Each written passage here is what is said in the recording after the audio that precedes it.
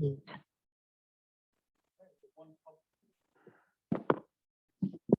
have one public hearing here tonight, which we're going to start off with. Roll call, please. Chairman Osterman, Here. Supervisor Plotecker, Here. Inspector Olhafen, Here. Commissioner Nelson, Here. Commissioner Mouche, Here. Commissioner Eberly is absent and excused. Planner Holloway, Here. Attorney Macy, Engineer Lysis, Here. Administrator Nicholas, Here. Supervisor Linda Beal, Here. and Clerk Capazza to record the minutes. Thank you. All right. Notice was given that a joint public hearing would be held at the Lisbon Town Hall.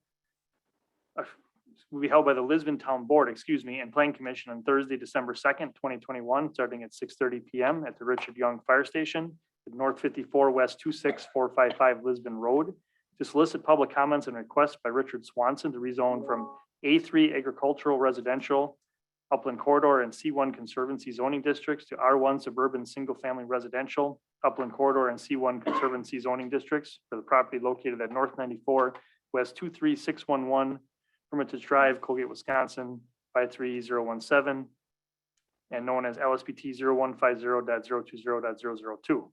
This was adjourned from the 10/7/2021. The applicant has requested to adjourn this until February 3rd, 2022, but we do have the public hearing here tonight. So is there anyone that wishes to speak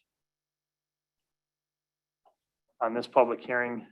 I guess I'd prefer not to go through the whole process if we have nobody that wishes to speak. Is there anyone on Zoom that wishes I to speak? do have one hand raised on Zoom. Okay. Lisa Otis on Zoom. Yes, Lisa Otis here, W220N9359 Town Line Road. Just a question about the part of that parcel that is C1 and upland corridor zoned. Is that being rezoned or is it not? Those portions?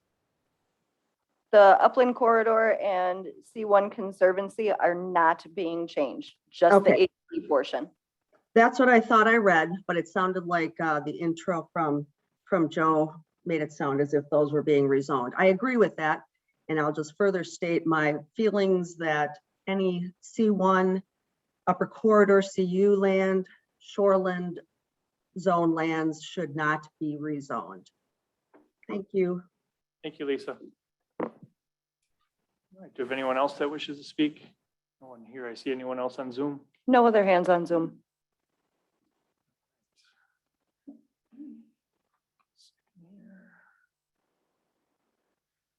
All right.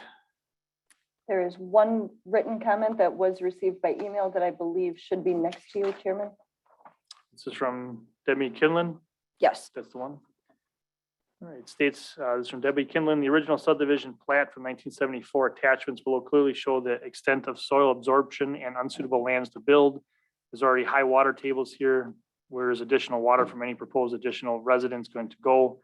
Nowhere to build, nowhere to go but up. The soil has not changed since the original plat. Are we to believe that this land is now suitable to build? This is lowland. The original developer would certainly have sold additional lots if feasible. There are clear reasons why this is not done. And that was from Michael and Debbie Kinlan on lot 21. Right, that appears that's all we have. Everybody should have that. All right, we'll do then one last call on the public hearing. All right, can I get a motion then to adjourn the public hearing until February 3rd, 2022? So moved. Moved by Ed Nelson. Is there a second? I'll second it. Second by Becky Plotecker. No discussion. All in favor, say aye. Aye. Opposed? Motion carries unanimous. That'll bring us to the Plan Commission meeting. All right, we have already done roll call. Item 2 is citizens' comments. And we adjourned at 6:38, by the way. We opened the meeting at 6:34. Does anyone wish to speak tonight under citizens' comments? Meisner subdivision they want to put on plan? Sure, if you want to, you can speak. Just come up, state your name and address, please.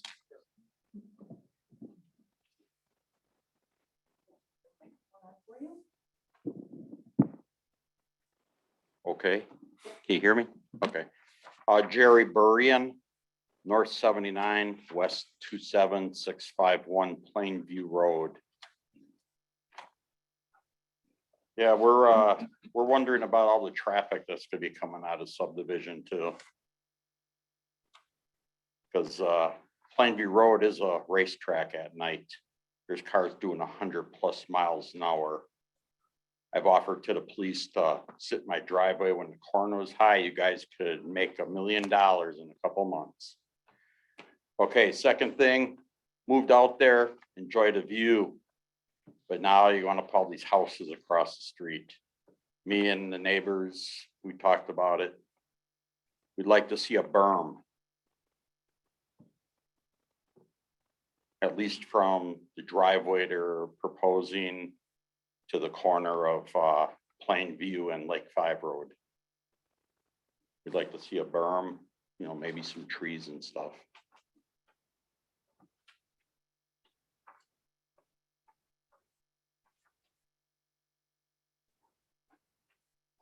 So we don't go back and forth at this point. You just make, it's just comments. Okay.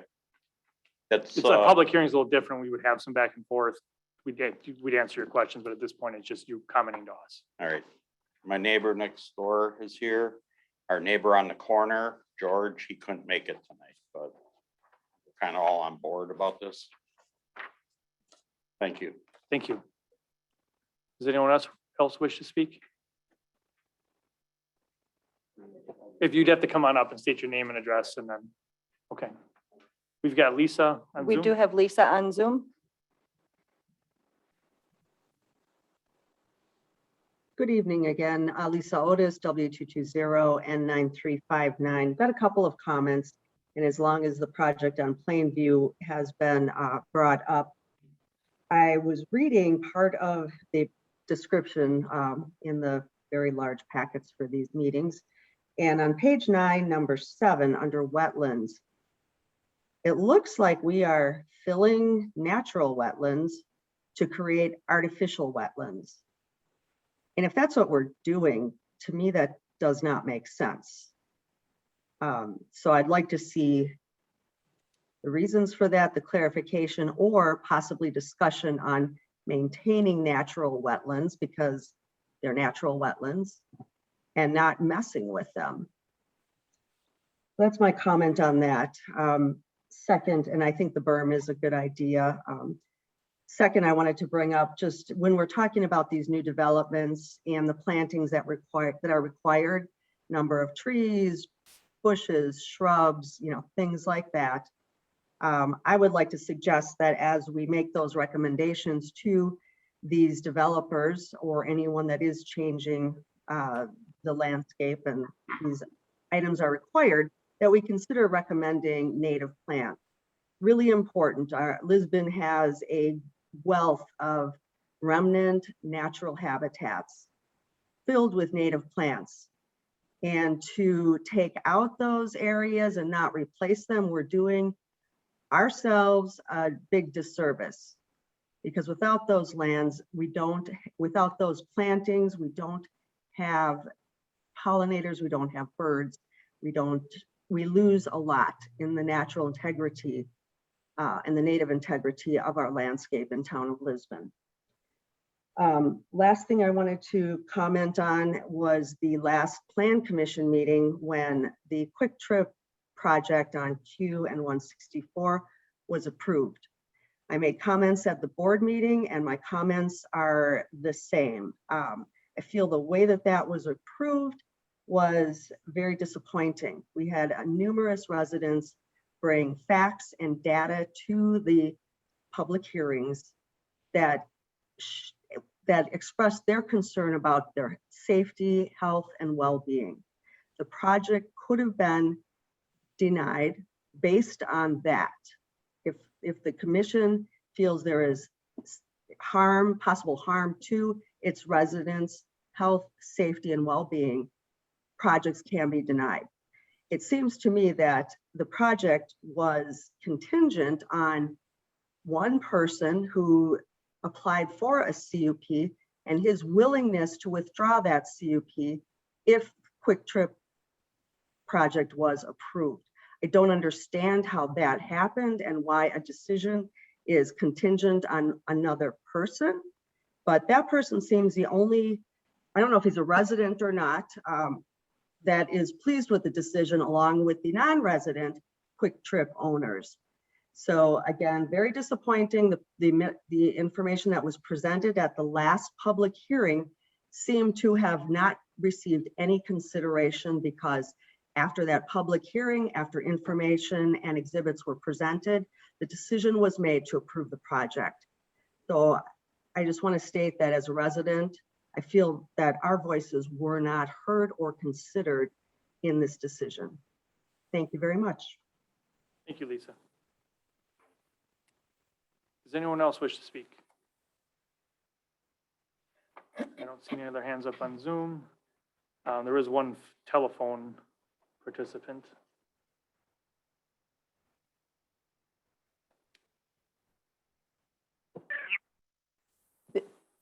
Whoever is participating by telephone, do you wish to speak during citizen comment? Debbie Timlin, and it's possible I'm not at this time ready to speak. I missed the first 5 minutes of the meeting, and what I wanted to know is I had sent a letter to be read during the meeting. Had that been done? That was already? read into the record, yes. It already was. Okay. And has the decision been made on the postponement request by Swanson? The public hearing was adjourned to February 3rd. February 3rd. Okay. Thank you. Thank you. All right, no other public comments, and we'll move on to item 3, which is approval of the minutes of the October 7th, 2021 Public Hearing and Plan Commission. I'm gonna ask that we just move past that one. We'll have them ready at the next meeting. We found some errors that need to be corrected. Move on to item 4 then, which is unfinished business. A, discussion necessary action on the request by Richard Swanson for the property located at North 94 West 23611 Hermitage Drive, LSPT 0150.020.002 for approval of the following and recommendations of the town board of the same. A rezone from A3 agricultural to R1 residential, specifically excluding UC and C1 zone lands. Then a 2-lot certified survey map. So this is also part of the public hearing that was asked to be postponed until February 3rd. And I would be asking for a motion to postpone this item also until February 3rd. Do we want to do that? The 2-lot certified survey map is also included in that, I'm assuming. So they want to go ahead with that? They want to adjourn that until February 3rd, or they want to go through that tonight? We don't know. Don't have written confirmation from the applicant that you want to adjourn that. We're out of time. You're gonna have to either, they Mr. Chair, did not ask for a request to extend. yeah, Mr. Chairman, the fact that he didn't ask for a request to extend, I would think it would be proper to bring it up on the CSM and, you know, either approve it or vote to deny. Yes, he had in October indicated that he would extend it until tonight, but nothing further from today. Okay. Well, on the first portion for the rezone, is there a motion to postpone the rezone until the February 3rd, 2022 meeting? So moved. Moved by Becky Plotecker. Is there a second? Second. Second by Ed Nelson. No discussion. All in favor, say aye. Aye. Opposed? Motion carries unanimous. All right, and then we have the 2-lot certified survey map. Rachel, are you gonna take, I guess I don't know, what there's a lot to discuss about it, but No, just say on that one, the applicant only indicated an extension to the town to take action until this meeting. So we're already, at this point, past the 90-day deadline for the town to act. And so I guess Did we based on infer that, that by that extension, he also was granting it till the next town board meeting? I think we have to assume that. This is just a recommendation. Right.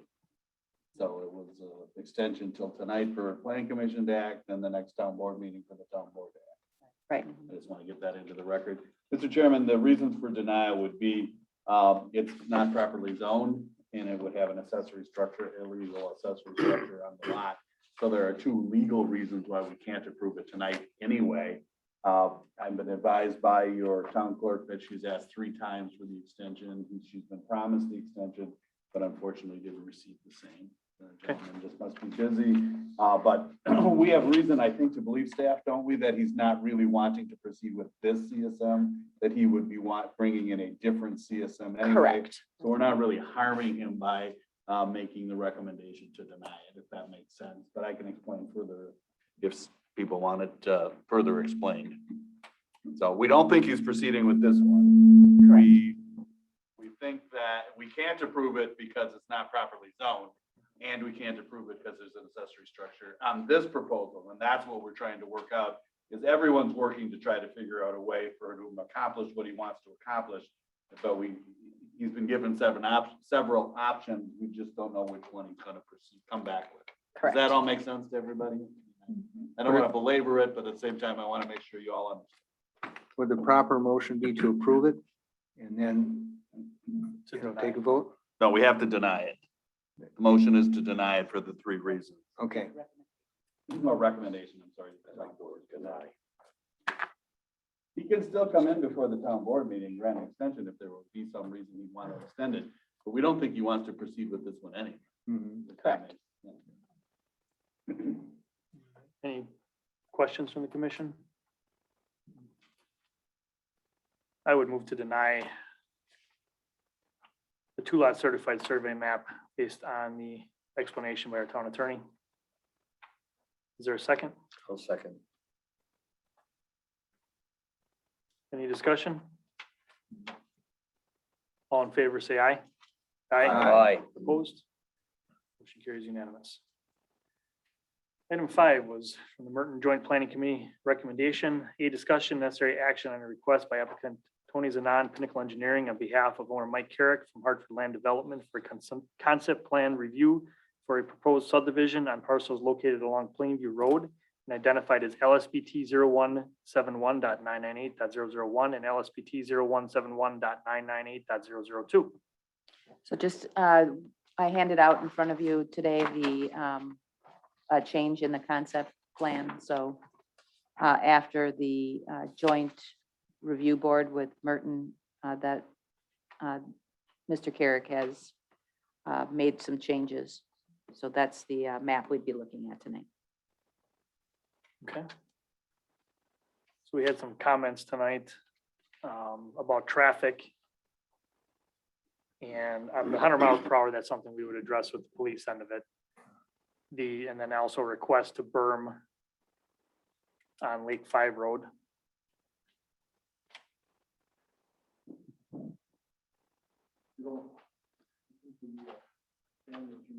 Mike, would you mind coming up to the mic?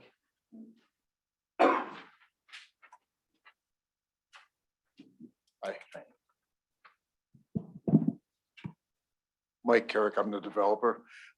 Tony and I think he zoomed in on the meeting last week, and I believe the entrance we had last week was on Plainview Road.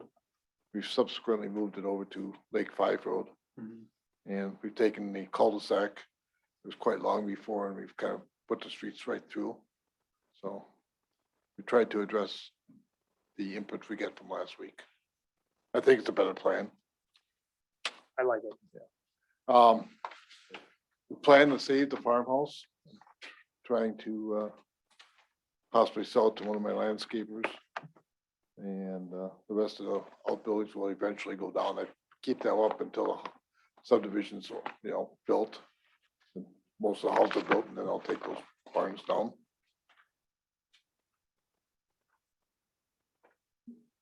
Comments from the commission? Jeff, anything? yeah, I'm just looking at this. It appears as though there's no road going out to Plainview Road That is correct. We've under changed this that. new plan. And you have one entrance road off of Lake 5. Correct.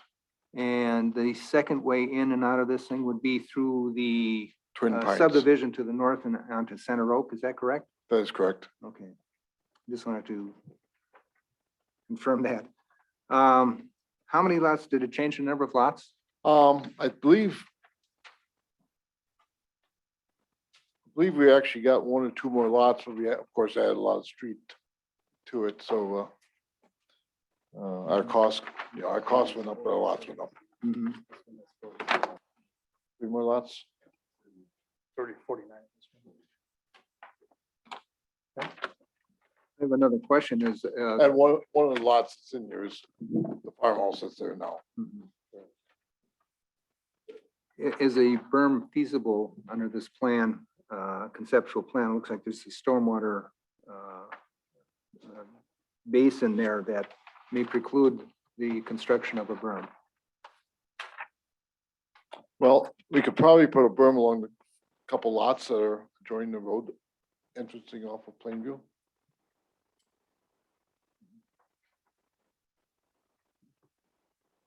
The other thing that I can do, and I would like to probably do, is put up like, kind of like fencing, some black fencing along Lake 5 Road and then also along Plainview to kind of border off the subdivision.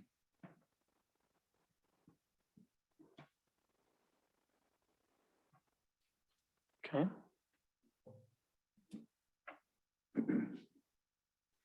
And you'd be doing that on private property, Mr. Carrick, or would you shorten up those lots in order to give yourself a little buffer there, a little outline? Well, there's an outlot there on Plainview, there's an outlot we could go into there. Yes, I meant on Lake, I thought you said the fencing was gonna be on Lake 5. On Lake 5, I could just do an easement. What is know- customary in this community? Is that, do you love to have the fences and the berms on private property, or do you usually? This is the first berm other than on a quarry, or the first one we've ever discussed anyway. I mean, kind of like the same thing as a drainage easement or utility easement, so. No, the reason I ask is because you've obviously conscientiously given yourself a buffer on two sides, Plainville side and on the other side, and maybe just in quickly putting this together, there wasn't thought about putting a strip on Lake 5 Road. That was the only reason, but I don't know the size of lots. Maybe our engineer can tell us whether that's even possible to shorten up those lots. This is the first I've seen this, so I'm not sure the exact size of the one that this is difficult to read, especially without my glasses. They're over an acre, so I would think there's room. Even with glasses. Yeah, lots 1, 2, and 3 are a little bit over an acre. Lot 1 is at 45,000 square feet and some change. Lot 2 is the same. Lot 3 is 47,000. I have my glasses on. That's the only reason I can read it. I Some can't guy read it with glasses, my- but they're not very good. And Mike, you sometimes do, don't you typically do like a landscaping buffer along your subdivisions, at least on major roads? Is that an Yeah, option? we do that.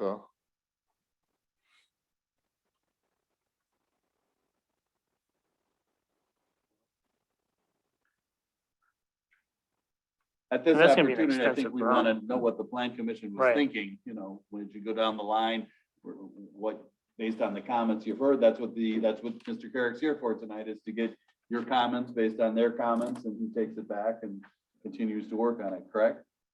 Well, there are berms and there are berms. I assume we're thinking, like, for example, Barnwood Conservancy, which is also of Lake 5, has some large berms that border on Silver Spring. There are lots of subdivisions in our community that have smaller berms. I'm assuming that's what we're talking about, given, I would be imagining smaller berms. yeah.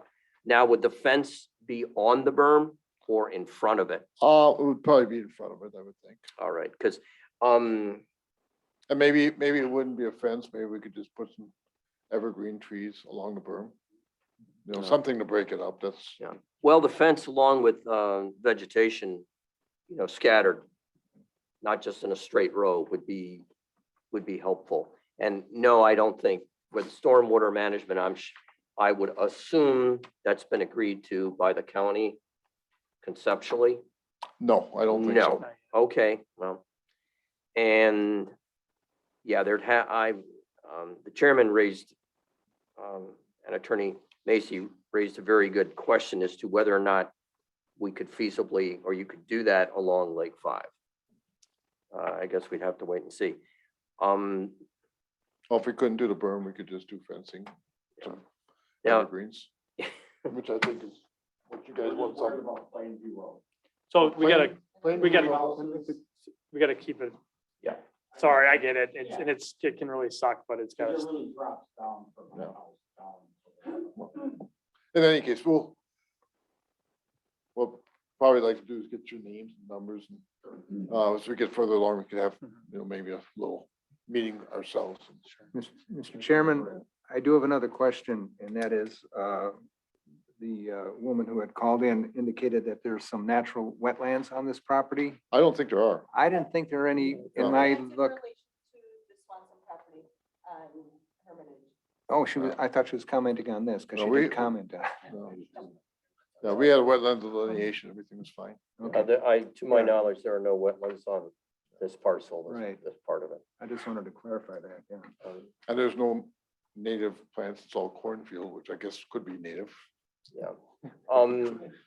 Last comment, Mr. Carrick, we cannot deny just on the basis of philosophy. This is, but just for the record, and I live off of Lake 5. Lake 5 is becoming increasingly congested. This will add to that. But people have the right to sell their properties, and they have the right to build homes. So, but, you know anyone that you could push at the county level to improve some intersections, give me a call. I wish I knew somebody. Yeah. No further Okay. comments, Mr. Chairman. And I've driven, maybe at night, that road is really fast, but I've driven there during the day and I've never seen anybody speeding.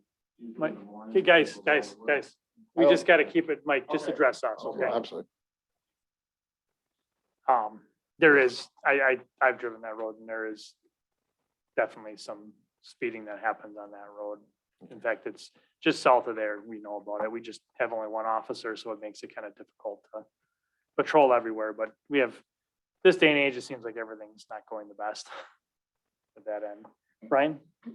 No, I'm good. Just the berm, if you could do that, that's really the only. At least, yeah, only at least comment. one. Becky?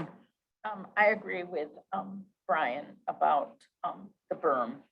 I like the idea of a fence, but I don't think that does anything for the people across the street. So I would go with the berm with maybe some trees on it. I don't believe there's anybody living across the street. It's all farm. To the south. To the south. Oh, I'm talking about Plainview Oh, Road. Plainview. Oh, Plainview's not a problem. Yeah. So as someone who lives next to a whole bunch of berms, not a huge fan of them.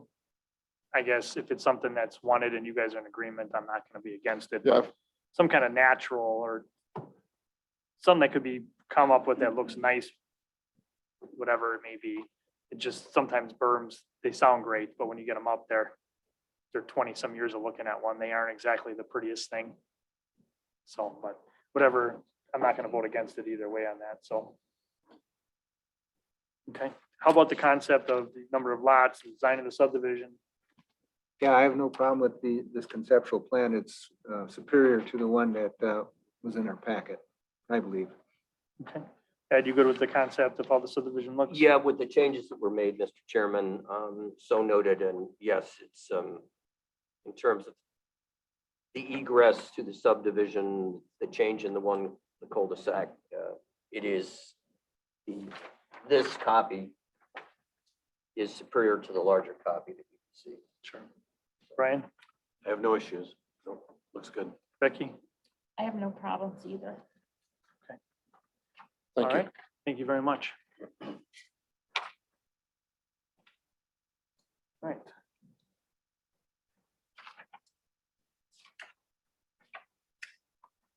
Move on to new business then. Item A, discussion necessary action or request by applicant Tony Zanana, Pinnacle Engineering for a preliminary plat review for the parcel located at North 48 West 27368 Lindale Road, LSBT 0268.999, known as Pheasant View Meadows, and recommendation of the town board of the same. Rachel? And so this preliminary plat is coming forward. This is a project that Mr. Carrick proposed back in December of 2019, and the Plan Commission saw this. The project initially required a comprehensive plan map amendment and a rezoning. Those were approved in January of 2020. And with some technical tweaks, reapproved in May. So all of the zoning and comprehensive plan map are in place. And this is consistent with those approvals already made. Staff report contains the detailed rundown compared to what your ordinance standards are. I just point out the key issues that I would recommend the Plan Commission weigh in on is whether any parkland dedication is desired in this subdivision versus privately owned or maintained facilities. That's just because there is a proposal for a private tot lot facility, a small one within this development. And there are some waivers technically needed to the cul-de-sac length based on the street layout, the bulb width of the cul-de-sacs. The dimensions are not atypical of what we've seen in other subdivisions. It's just, they're slightly smaller than what the ordinance would require there. And boulevard island dimensions also slightly different from what your ordinance requires. I just had a couple comments on building envelopes, noting that it may be a good idea to have those shown on the plat or have some kind of detail as far as what the proposed envelopes are for specific lots, because there is a lot of terrain associated with this on this parcel. But in general, and there are wetlands and environmental corridors, all of those have been, are accounted for in the design. And it's staying out of wetlands with the exception of one small area that would be, is proposed to be disturbed in order to extend a road, an existing town road, to come into the subdivision from the west end. And that's in the vicinity of the Outlot 1 and Lot 1, where South Willow Creek Drive would come into the subdivision here.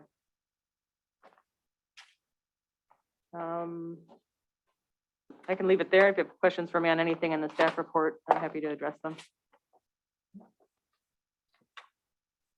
Questions from the commission? Anything, Jeff? Yes, I have a couple. One of the entrances is off of, what is it called, Lindale Road?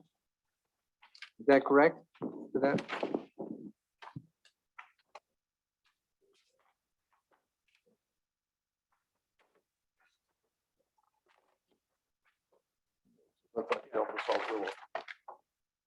Yes, if one of the entrances would be off of Lindale. South Willow Creek Drive. Is the county requiring a turn lane for that? And if not, why not? Are you talking about JK? Yeah, Yes. I'm sure it'd be. I think they are. Yeah, there'll be egress. okay. I just wanted to clarify that. I didn't see it anywhere on the map. And the county did require the access off of JK or Lindale Road to be at that location. So that's why it's shown where it is, even though it does require some substantial grading to get that road up that hill. Right. They didn't want it to be located further east. Yeah, there was a proposal for this thing probably about 15, 20 years ago. And they not only required a, turn lane, but they required a bypass lane. And the developer says, well, that's way too costly. I'm not gonna move forward with it. And it was at a different location. So it's good that it lines up with the road to the south. That's a positive. The other question I had was the topography there. It seems that some of the roads might be fairly steep.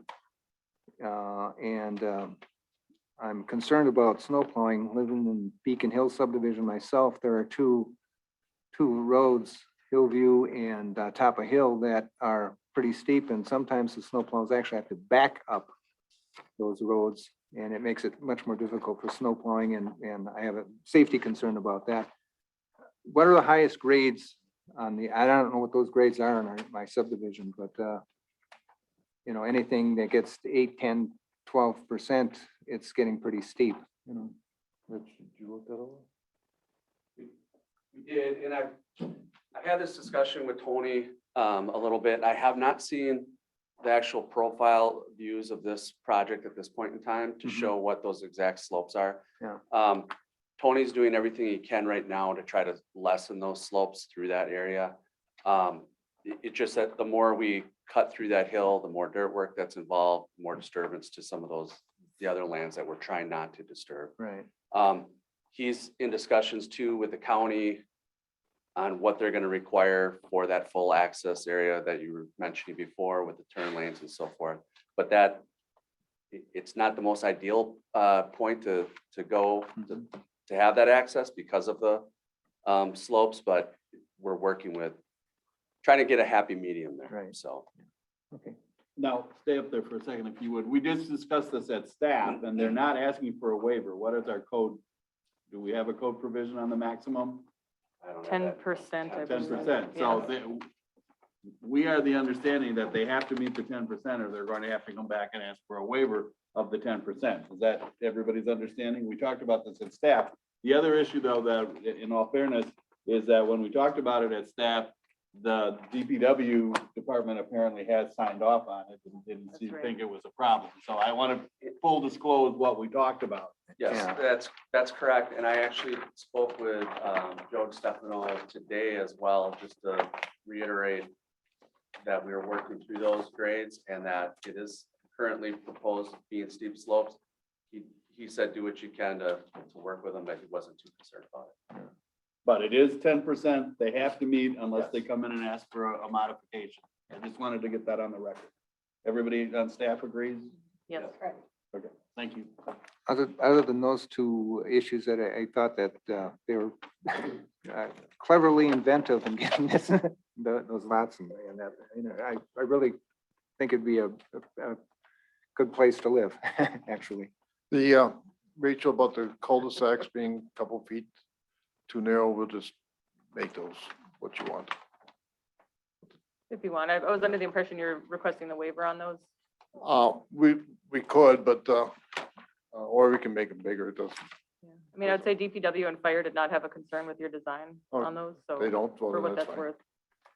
And then, was there something about the width of the islands? Yes, so the Boulevard Islands, and I realize especially at where you're hitting Lindale, that's a unique area, so it may or may not make sense to redesign it, but by code, they're supposed to be 50 feet long by 20 feet wide. We've Good. seen this with other plats recently, other developments have requested waivers to that, but I guess I haven't had a chance to ask you yet if you're proposing any signage in there. We were like, yes, we'll put signs in there, but I think ours is probably 12 feet wide, our island. Okay. Which I actually went out to a couple subdivisions today. One right in the corner, not right across from Barnwood, that's like 6 feet. Yeah, And Twin Pines is, the new one's about 6 feet too, so. that's right. But 12 feet is what we had in Haas Farms. That seems to work out well for us. So we're happy with that. So if we need a waiver, I guess we'd like the waiver. Okay. If that's what we need.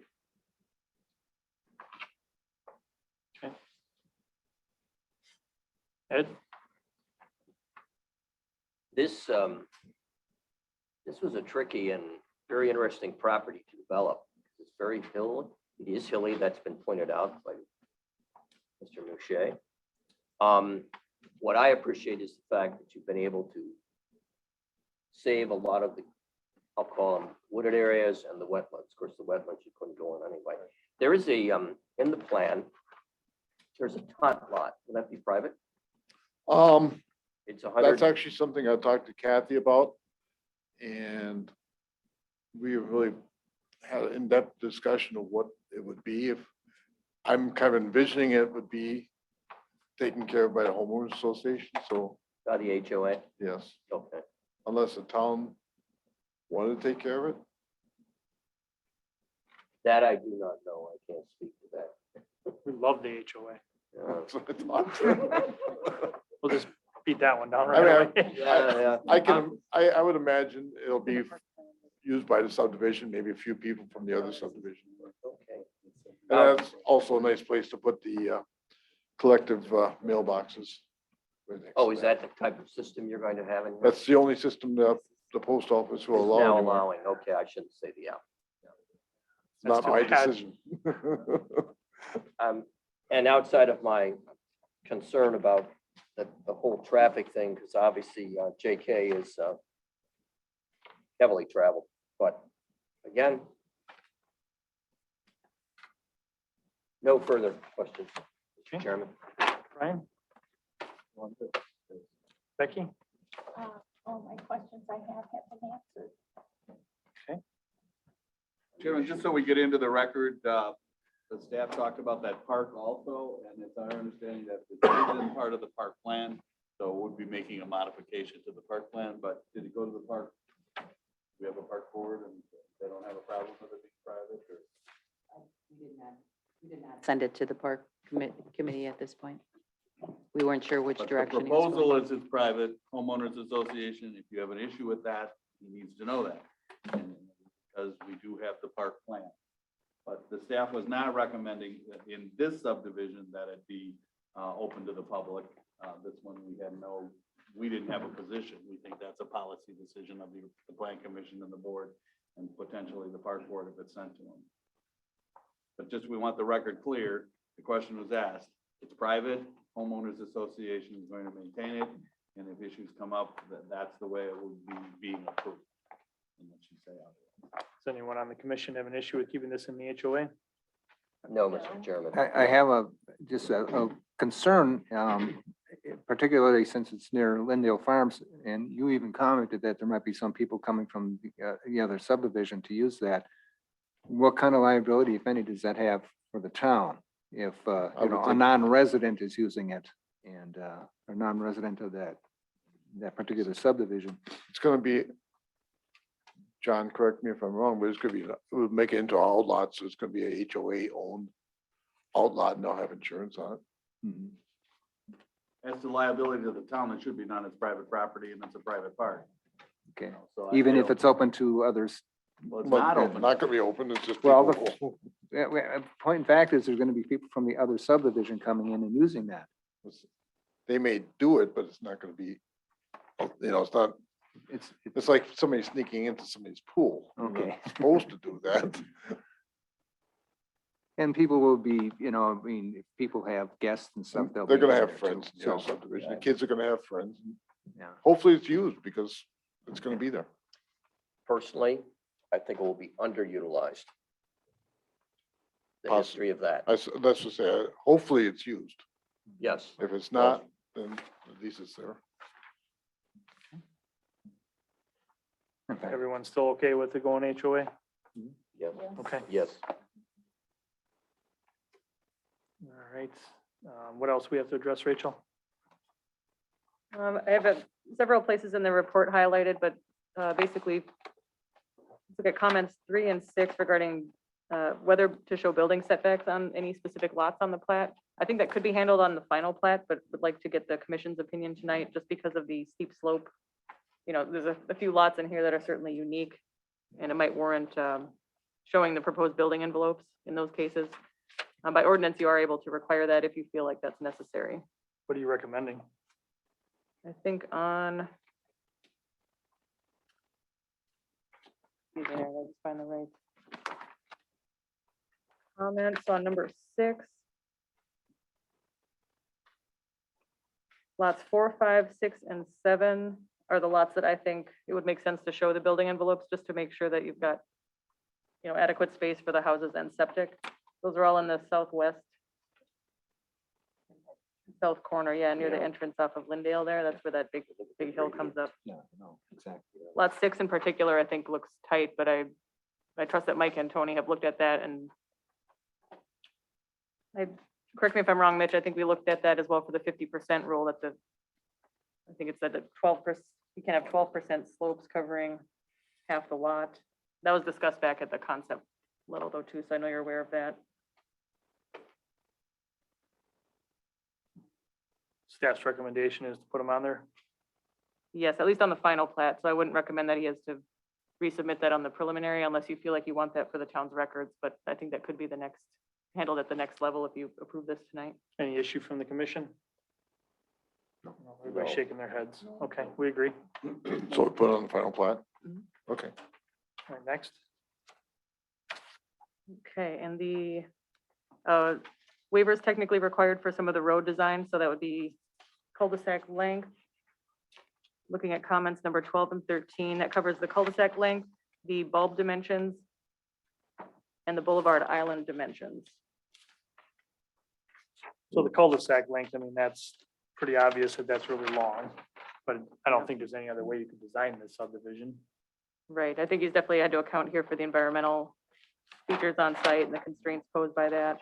Any issues with the cul-de-sac length from the commission? No, I think it's warranted given the restrictions of the land. So the bulb size, so I heard Mike originally We say can he's make it, open to. I think we're short by 2 or 3 feet, and that was, the way Tony explained it to me is, he was just following the straight part of it, then, so, there's no problem, just take 3 more feet out of the lot. I mean, we can meet our code, doesn't meet it. It's gonna look fine. Anybody have an issue with taking that back up? No? No, none whatsoever. Okay. Which one is that for? That was for the bulb. Okay, thank you. What was the third thing, Rachel? The third one was the Boulevard Island. That would like to have the waiver on. So everybody understand that in the waiver of the Boulevard Island? Any issues with granting a waiver on that? Absolutely none, no. No? All right, waiver's good. Thank you, Mark. Okay, And the last item I would point out, technically this may need a waiver as well. I guess it does that your subdivision ordinance requires trails within every subdivision. Typically that hasn't been the practice to require that in every case. And so just want the plan commission to confirm the intent tonight. During the concept review, you did not indicate that you would expect trails here. So I just want to make sure that that's on the record as if you're okay with that, if there be no trails within this development. everybody okay with no trails? Boy, I'd like to have trails in that. your- It's a nice parcel. Right. But I don't know if they're feasible, really. I don't know. You're on the park committee, you probably know more about that. The practicality, irrationally, yes. The practicality of the matter, no. I just don't think it would fly. Brian, I'm okay with no trails. Becky? I'm okay with no trails. I'm also okay with it. Okay, So that covers all of the waivers. Now, it's pointed out in the report, but this would require a landscaping plan for the Boulevard Island be submitted at some point for plan commission review. So that could be handled as part of a future, like say that with the final plat, that's often Sure. done to minimize the number of meetings. And street trees, that's typically done through the covenants and dealing with private owners. So I would Right. expect that that might be the case here as well. what about typically we have a water tank installed or a payment in lieu of? Correct. Okay, Kathy and I talked about that. I had a feeling that's what usually happens, but. Okay. Anything else? Should be able to buy a fire truck pretty soon. You gonna buy one for us? Huh? I am. Isn't that what the contributions are for? Water usually it goes for the tankers, The tenders, yeah. yeah. So that, because we don't have fire hydrants over there, it's the way to transport the water with the tenders, Right. so. Usually we end up refurbishing our boxes and buying new trucks and putting it back on. So, Which is smart. it's worked out very well. All right, anything else? Staff's recommending conditional approval, subject to the conditions in the staff report.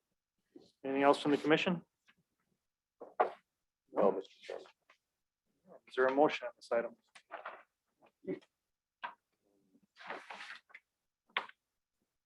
I would, this is item A under new business. That is correct. All right. I would move a request by applicant Tony Zenon / Pinnacle Engineering for preliminary plat review for parcel located at North 58 West 27368 Lindale Road, LSBT of 0268.999, known as Pleasant View Meadows, and recommendation to town board of the same, with planning recommendations be accepted. Do you want to add the 3 waivers And as the well? waivers. And the waivers that we just talked about. Is there a second? I'll second. We're breaking Second by Brian. All right, any other discussion? That covers everything we need. Yep. All right, no further discussion. All in favor, say aye. Aye. Aye. Opposed? Motion carries unanimous. Thank you. Thank you. Mike. Don't go too far. Discussion, item B, discussion necessary action on a request by applicant Tony Zanon, Pinnacle Engineering for a preliminary plat review for the parcel located at North 95 West 23759 County Line Road, LSBT 0150.997, known as Bark River Preserve, and recommendation of the town board of the same. Welcome back. This one's much flatter. Yes, it is. All right, Rachel. All right, so this one followed a very similar track as the last plat, actually, but on the very north end of town on County Highway Q and North Road. The parcel currently abuts North Road. It's a roughly 42 acres with some change, and he's looking to develop 41 acres of that, break off a small piece in the north side that would be not included in this plat. So that's the thing to note about this, different from the other one. This would require a waiver to not include that remnant in the north end. It's just a little over 1 acre, so that could be separated from this plat, and it would be actually, Mr. Carrick is planning to sell that to the neighboring landowner, so that would become part of their land. On this one, the key issues, the staff report again goes through all the details based on your ordinances. The key issues are, that I would ask the commission to weigh in on is whether parkland dedication is desired here versus a privately owned or maintained facility. That same type of comment, Mr. Carrick is proposing a tot lot here, and that's been discussed with staff for some time. So we're not surprised at all by that. Second is whether any building setbacks need to be shown on specific lots. In this case, the only lot with an atypical setback is lot 1. The plat already shows that. That's based on a well. It's a well setback, but I believe not a building setback. Correct me if I'm wrong on that one.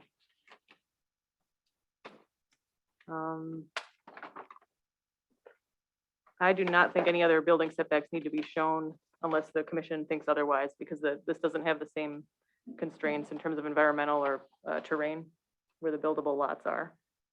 This one would also require waivers to certain requirements in chapter 12. Those are comments number 10 and 12 of the staff report. So again, I mentioned the mapping of the remnant lands that would be necessary here. A waiver to cul-de-sac length would also be necessary, and perhaps cul-de-sac bulbs, unless you would like to modify those as well, Mike. We can modify the bulbs. Okay. And this one does have some environmental features on it. There are a couple patches of wetlands that were mapped, and those are accounted for. They're not contained within any of the buildable areas, so he's provided adequate setbacks to those areas. And also because the road access is limited by the environmental features on this property, and the county did not want to allow a road connection up north to Q, which is, I believe, what one of the drivers of carving off that north end as a remnant. That's also driving the street configuration here, so I don't have any concern with that and understand why it's designed the way it is. I would also ask, would the commission, I guess we should have covered this on the last one too, but whether you would want to see the proposed covenants and restrictions. Those are often submitted with the final plat, just to, I actually have copies. okay. And I gave Kathy copies last week, but I didn't have legal description. Now I've got the legal descriptions on the covenants. Okay, I may change them a little bit for the Pheasant View. I may up the size of homes, but they won't be less. okay. And it's like common practice is for the staff to review those at a minimum, but often they're put in packets informationally for the commission. But if you want to review them for something specific, you could request that. And then also the trails matter, just confirming no trails are proposed within this development. That was discussed during the concept plan as well some months ago. But that would technically be something I think you should weigh in on just to be on the record. And I believe that's everything I wanted to mention. And if you have questions for me on anything in the report, happy to address Did you them. mention the smaller island? Oh, yeah, the Boulevard Island. Thank you. That would be, that's also needed too. So that's covered under comment number 12. Thank you, Mike. All right. Kathy, at the staff meeting, just to finish the staff report, you had some information about the park that you shared with us. So when we were when you were discussing the concept of the tot lot or the park area, and the development as a whole, we were talking about the ability for the residents from the subdivision to the east, because they have that connecting road that goes through, that they would have the opportunity to still use that tot lot. Again, if that was the case, then I think they would have to, I mean, it would have to be a town park. Because if the HOA is gonna maintain it, and have insurance on it and so forth. I So think it's that's gotta the be discussion. kind of a private park. So I wasn't sure, this is actually the first time we talked about parks in developments since I started, because I've only been here a year, but, so I wasn't sure the direction that the park or the plan commission prefers tot lots or parks to be. It sounded like from the last I think development, you'd prefer that the tot lots basically stay a tot as lot, I believe, HOA. would be for a subdivision. As opposed to a bigger park with baseball diamond and that type of thing, which would be probably a community park. And currently, the town's Well, park plan does call for a tot lot in this area. I think it's because we anticipated there would be some development. You were already bringing your proposals in at that time when the park plan was being updated. And so my interpretation of the park plan is that presumes these are public parks, and that's also what your impact fees are based on, but that could always be changed. That's a policy decision for the town. Commission's feeling on keeping this a tot lot versus HOA tot lot versus dedicated to the town. Well, if our park plan calls for a tot lot in this area, that would be a town park then. I suppose, I assume that the park plan is based on, some analysis of the population in the area and whatnot. And so my feeling is that I wouldn't take a stance contrary to that in that work that was put into, in making that determination. Ed? Is there any practicality that a rider could be written in that would say at some future point, said tot lot might come under the auspices of the town or quote, future village of Lisbon? That would be very difficult legally to do because whenever they sell any one of the lots, they sell an undivided interest. And so they'd have to go through all the mortgage lenders and everything. Because when you take out a mortgage, I know we don't read the fine print often, but it says that you will not in any way change the ownership interest.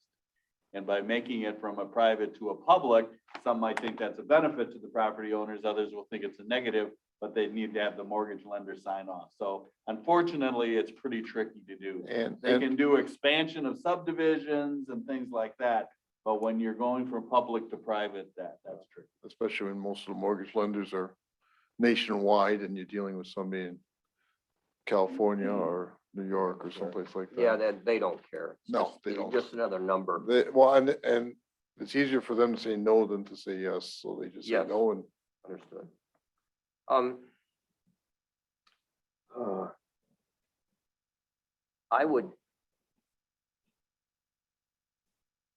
We obviously have a forward-looking plan through the town in future parcels, feasibility, or possibility for park expansion. Whether or not this would fulfill that objective, I honestly cannot say. Am I looking at 100 by 100 feet? that's right, correct. All right. Just a very small area. Yes. Honestly, from the standpoint of a planning scenario, not necessarily speaking, even though I am on the park board, the maintenance scenarios, getting a crew there and it just doesn't seem, I would rather see it, Mr. Chairman, under HOA responsibility than us dragging a young crew member out there to cut 100 by 100 feet. Brian? It just Oh, the sorry. feasibility of it it doesn't seem practical. I do agree with you, Ed. I do. I should leave now. I should sign out. You know, drop the mic. Is there any reason why that couldn't be Alright. made larger? I mean, it's part of an outlot. Well, the staff would say that, of course, if it's gonna be public, it's gotta be larger. Right. If it's private, and it's in their outlot, that they're gonna own the whole the entire outlot, they could expand the tot lot if it's private, if they're of a mind to do so. I think he's just showing it as a placeholder, on the document itself. But obviously, I think we would all say as a staff, if it's public, it's obviously, as Mr. Carrick indicated, it would have to have ball diamonds and it would have to be bigger. So that's why we're here, to finalize these issues.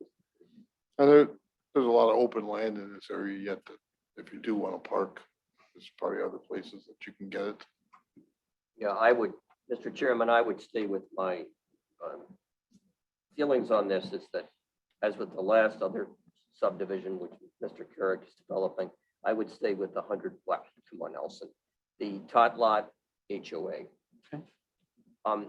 Just out of curiosity, Mr. Carrick, the outlot 2, are you going to leave that in, are you going to seed it in native grasses? Are you going to cut it, or don't you know yet?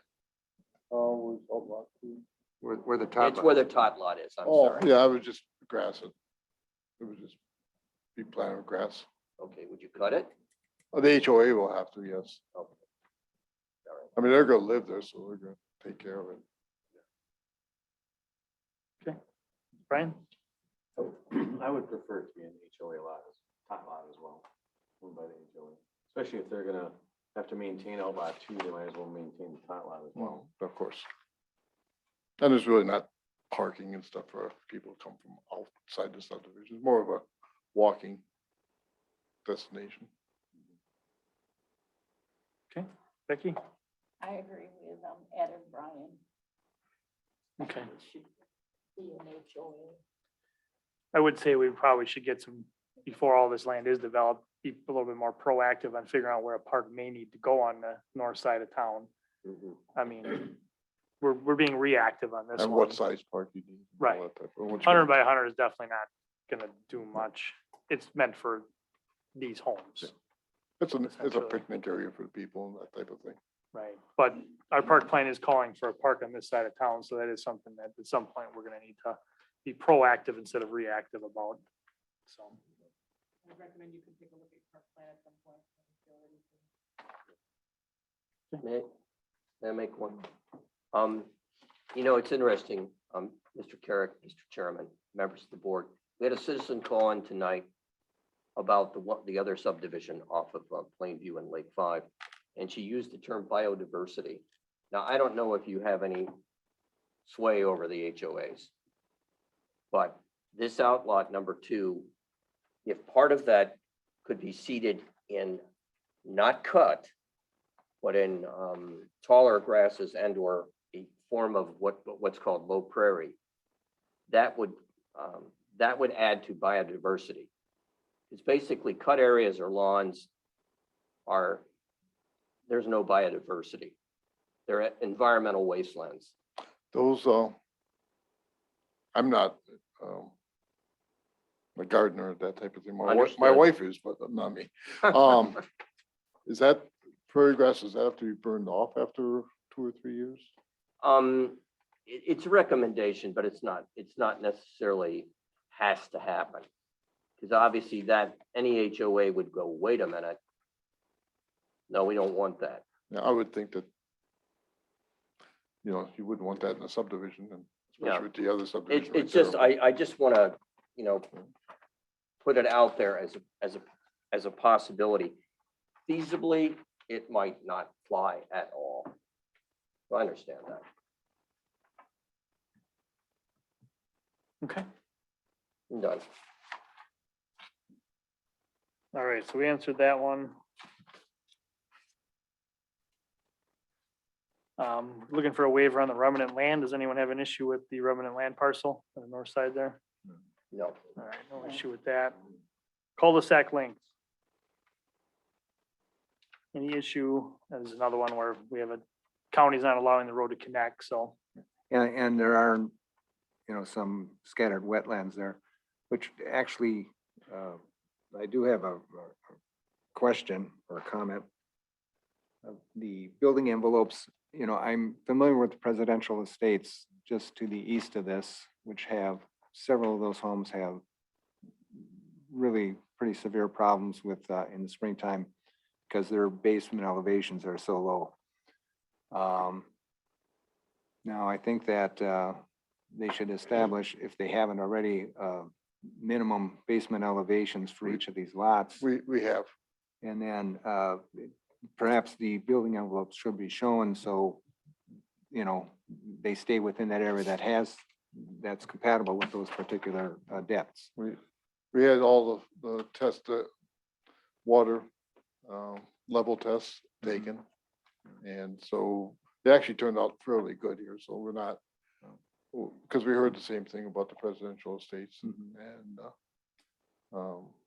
these were much better than that, but we do have minimum footing levels or that you could build to. Right.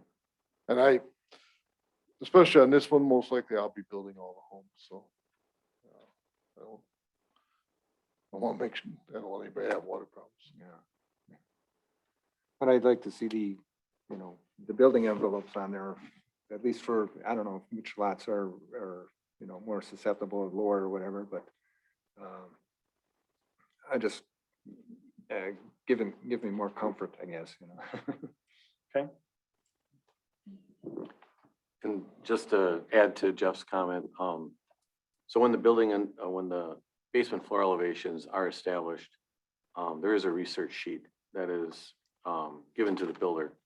And then the builder has to turn it in at the footing inspection, and they cannot be any lower than the elevation that's on the research sheet. So that is double checked, I mean, just so you know, and there has to be at least a 1.5 foot separation between the estimated high groundwater and the basement floor. Okay. As far as putting the building envelopes on, if you have any issue with doing that, Mike? Well, isn't the building envelope kind of shown? Yeah, the preliminary plat does show the setbacks based on the zoning, Or isn't that so, basically where you can build on any part of that? So Yeah. that's basically the building envelope right there. right, I wasn't aware if any lots would need anything more restrictive than those. It didn't sound like it based on the No, I mean, like, soil tests. like I said, I'm gonna be building on this one for sure, because it's only 19 lots. I'll be building all the houses. You know, as long as I'm living. On this one, it was more a matter of staff, I think, checking through all the things in the ordinance, of more of a technicality than anything, in my view. Does that meet what And the you're building looking for? inspector will check it over too when we come in Well, for I building don't know, permits. you have to You have see a something. septic system good in there too, you know, Mhm. but I wasn't aware of the, you know, the process that, you know, yeah. That's kind of standard procedure in most subdivisions right now.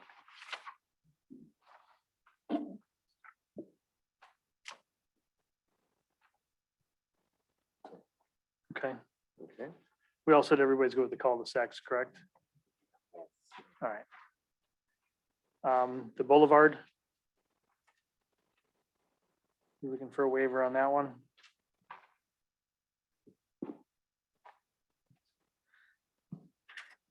And this one, it looks like it's about 50 by 100 proposed, and the ordinance would require about 40 feet long by 20 feet wide, so it would require it to be wider and shorter is the minimum. So he's providing a longer one and narrower than what your code would suggest for this size of a plat. If it's too long, we can make it shorter if you want to. I don't think you're exceeding the length, though. That's not Okay. not violating the anything width, in the that's ordinance. Yeah, the width would be proposed narrower than, your code would say it needs to be 20 feet wide. So it's a question of if you have a concern with that. Does anyone have a concern with it being 10 foot versus 20? 10 foot on, what, on each lane is, or is it, 10 when you foot, go in, the overall dimension of the Dimension, width I of think, the Of the boulevard. interior of boulevard the, itself. of the boulevard. Okay. You just have to plant desert plants in there, though. Right? Can't have anything too tall and people No, can't no, see no, it. no. no, I don't have any problem with that. Ed? No, I keep on using the word practicality tonight. Oh, God. There's only so much acreage within this parcel. So from the standpoint of, again, of practicality, I think it's something that is acceptable. Yeah, I actually think maybe you should, it would be for a different, way you do it. But I think the 20-foot is probably too big for your minimums. You should think about going to 10 or 12. Because you don't have many. The only one I saw that was actually 20 or probably 22-foot was Barnwood, which looks very nice. But all the rest of the ones that I looked at today were 6 to 12. And I'm assuming you'll have a subdivision sign Yeah. within there. Yeah. And then I would, landscape wise, I would put lower growing, very tolerant, drought tolerant shrubs Right. in there. And maybe some of that prairie grass that kind of grows Yeah. up a little bit. Yeah. Not the stuff you have to burn off, but the other stuff. No, you no. just cut. The stuff you just You wouldn't cut. want to burn your No. subdivision No. sign. No. Okay. All right, so it appears everybody was okay with that.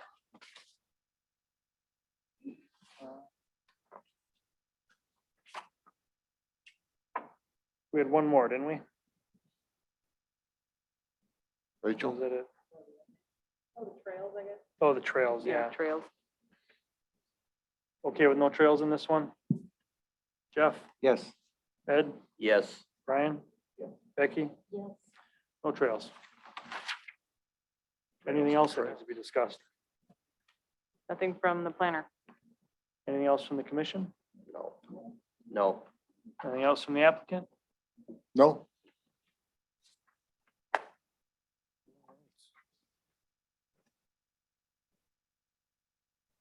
Is there a motion on this item? I'll move, Mr. Chairman, the request by applicant Tony Zanin, hope I'm pronouncing that correctly.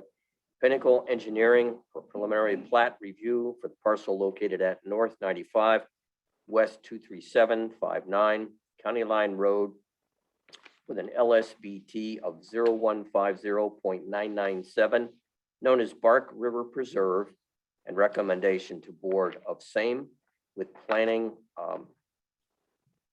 recommendations and waiver recommendations as submitted and approved be accepted. Is there a second? Second. Second by Jeff. Any other discussion? That covers everything we need on staff level? All right. Hearing no other discussion, all in favor, say aye. Opposed? Motion carries unanimous. Thank you. Thank you, Mike. Thank you. Are we gonna talk about the CSM now? Don't go far. Okay.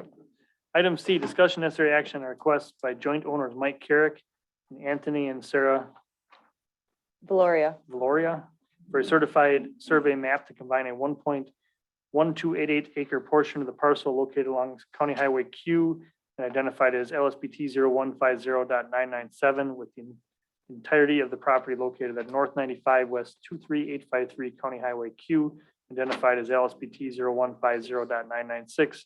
Recommendation of town board of the same.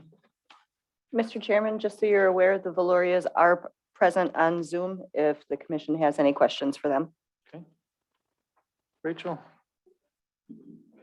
Defer to Mitch on this one. Mitchell.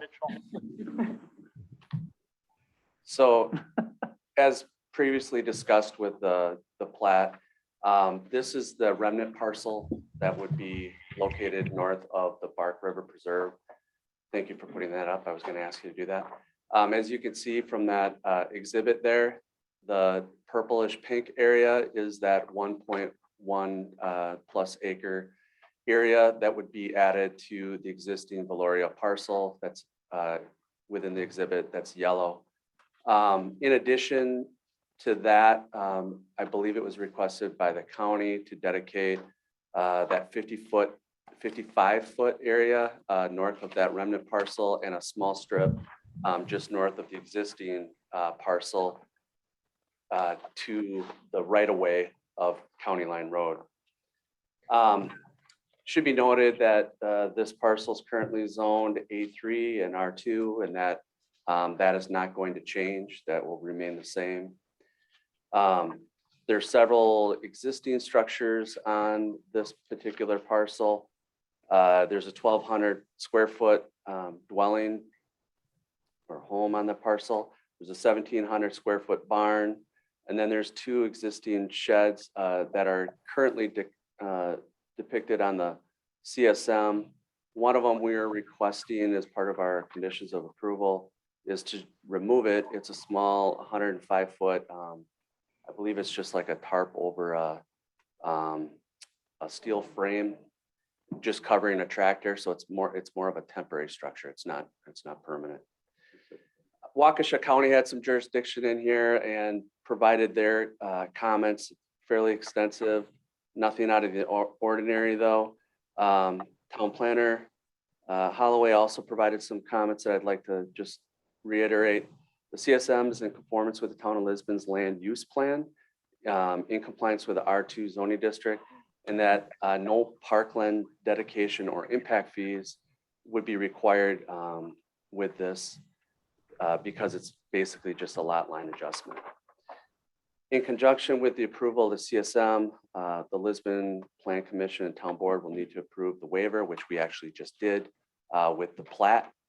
So that has already been taken care of. The CSM, this has been reiterated both on Waukesha County's comments, our comments, and Rachel's comments, but the CSM should show the existing driveway coming out to County Line Road. Chapter 12, Town Subdivision Ordinance does not require that the CSM show the proposed zoning district. However, on our checklist that we have within our ordinance, it suggests that it be required at this point. Tony has requested or asked that we don't require the zoning be shown on the CSM. It's not a state code requirement. I can't remember his exact reasoning for that. At this time, he just felt as though it wasn't needed. It's something, what's that? Because it could always change. So that's something that would have to be decided on whether we require that to be shown on the CSM. With regards to the buildings that are the accessory buildings that are there. Currently, as it's shown, there's 3, but we're asking them to remove the 1, so they would be in compliance there. The barn that's existing today, there was an expansion done on it. I believe it's just a lean-to, is that correct, Brian? That would have to be addressed, and I believe at this time, the town has already been talking with property owners about how that would be addressed as kind of an after fact. Correct. Sarah and I have emailed about it a few times. Other than that, all other standard approvals would apply. We provided a technical review of the CSM, Kunkel Engineering did. And then just to kind of recap what we're recommending, within our conditions of approval, we would recommend that all conditions that Waukesha County set forth be addressed. That both the Plan Commission and Town Board approve that waiver, which we've already done. The existing driveway be shown, which I mentioned earlier. That we make a decision on whether the zoning districts be shown. The Plan Commission address, that I guess the town staff address that the after fact permit or requirements needed for the expansion of the barn be completed. And that all of our technical review comments be addressed as well. The rest of the conditions there are basically our standard conditions that we put with all CSMs and also recommended by the town planner. So the biggest one is the zoning at this The point. biggest one would be the zoning at this point. Everything else is being addressed, has been being discussed with the property owners and with the surveyor that's presenting the CSM. So that one, I don't want to speak for the commission here, but I believe we're going to be looking at this as what staff's recommendation going to be. With regards to the zoning? Yeah, because you kind of said do it, but don't do it. Well, I would say that it's at a state level, it's not required. We don't do it on our CSM. So that would be my recommendation. Not is to stay do with that. Yes. Okay. Mr. Chairman, I was going to ask the question. Is it typical to have those shown on a CSM. No, Okay, then why is it even an issue? because Who it's brought on it your, within your ordinance, there's a checklist of items that we try to address, and whether they're practical in certain situations or not, we need to bring it forth to you guys to make that final Oh, decision. okay. So we created the problem. Yes. Yes. Okay, we're gonna fix that problem. Yes, that's something we've talked about, is looking through that checklist and trying to make sure that, yeah, Okay, so we'll fix that real quick. I'm assuming the plan commission is okay with that? Yes. All right. And the permits need to be completed. Everybody understands that. Yeah. That's not it's not an common, issue. unfortunately, but there's a double or quadruple permit fees in that. It's a good deal. All right. Any other questions from the commission? No? Is there a motion on this item? Motion there, Jeff. No, you can do it. Okay. You've been- All right, Mr. Chairman, I would move on the request of the joint owners, Mike Herrick, Anthony and Sarah Valoria, for a certified survey map to combine a 1.1288 acre portion of the parcel located along County Q and identified as LSBT 0150.997 with the entirety of the property located at North 95 West 23853 County Q and identified as LSBT 0150.996 and recommendation to town board of the same with planning recommendations. Do I need to mention the November 23rd, 2021 Kunkel letter? As a condition? As, does that need to be included in the motion?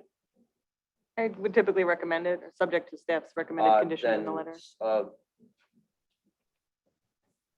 So moved. Is there anything else I'm missing? I don't think so. Is there a second? I'll second it. Second by Becky. Any final discussion? All in favor, say aye. Aye. Opposed? Motion carries unanimous. All right.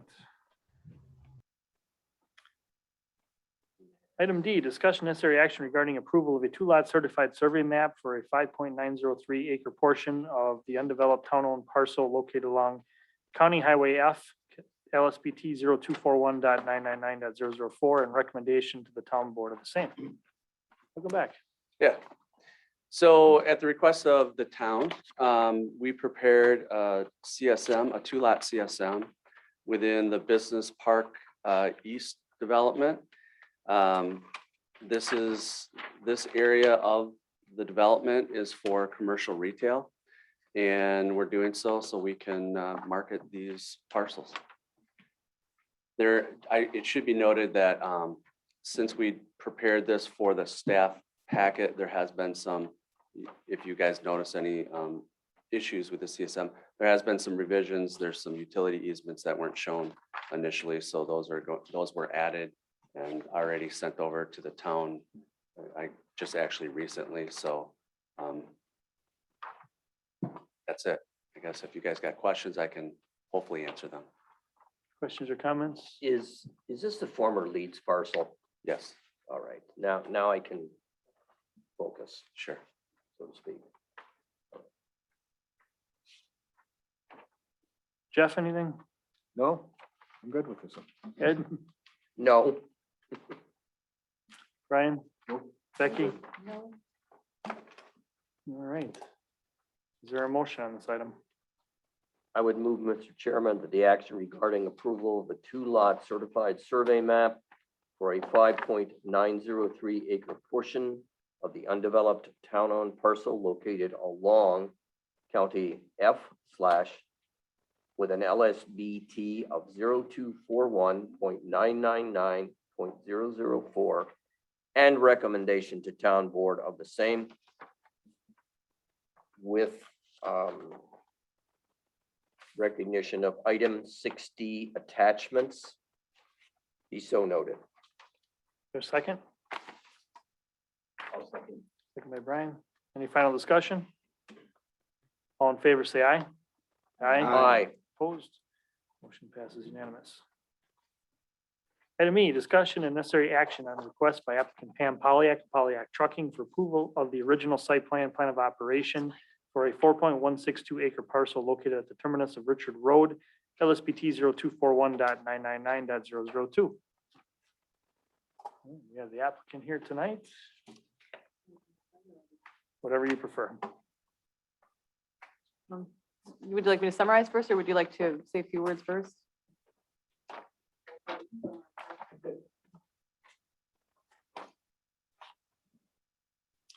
Good evening. My name is Peter Ogorick, architect with Perspective Design. With me this evening, as you've already noticed, is Pam Polyak and Kevin Pollard. First, I'd like to thank the town staff. I probably drove them a little bit crazy over the last month. So Rachel, Elisa, and Kathy, I appreciate all of your assistance in bringing all of this together. So the other item that I'd like to bring up is in the future, if you could let us know when Mr. Carrick is at the planning commission meetings, so we could avoid that meeting. Yeah. You should have been here last month. Oh, is that even worse? Yeah. This has potential to be the shortest plan commission meeting we have had. Oh, in so like 9 months. we should be fortunate. So again, what we're here for is Polyak Trucking Project. This project is at the south end of Richard Road, which is part of the new business park, Business Park East. Basically at the very southwest corner of that business park at the end of the cul-de-sac of Richard Road. We're basically 2 parcels to the south of the Wickoff project that is under construction right now, right at the intersection of Highway F and Richard Road.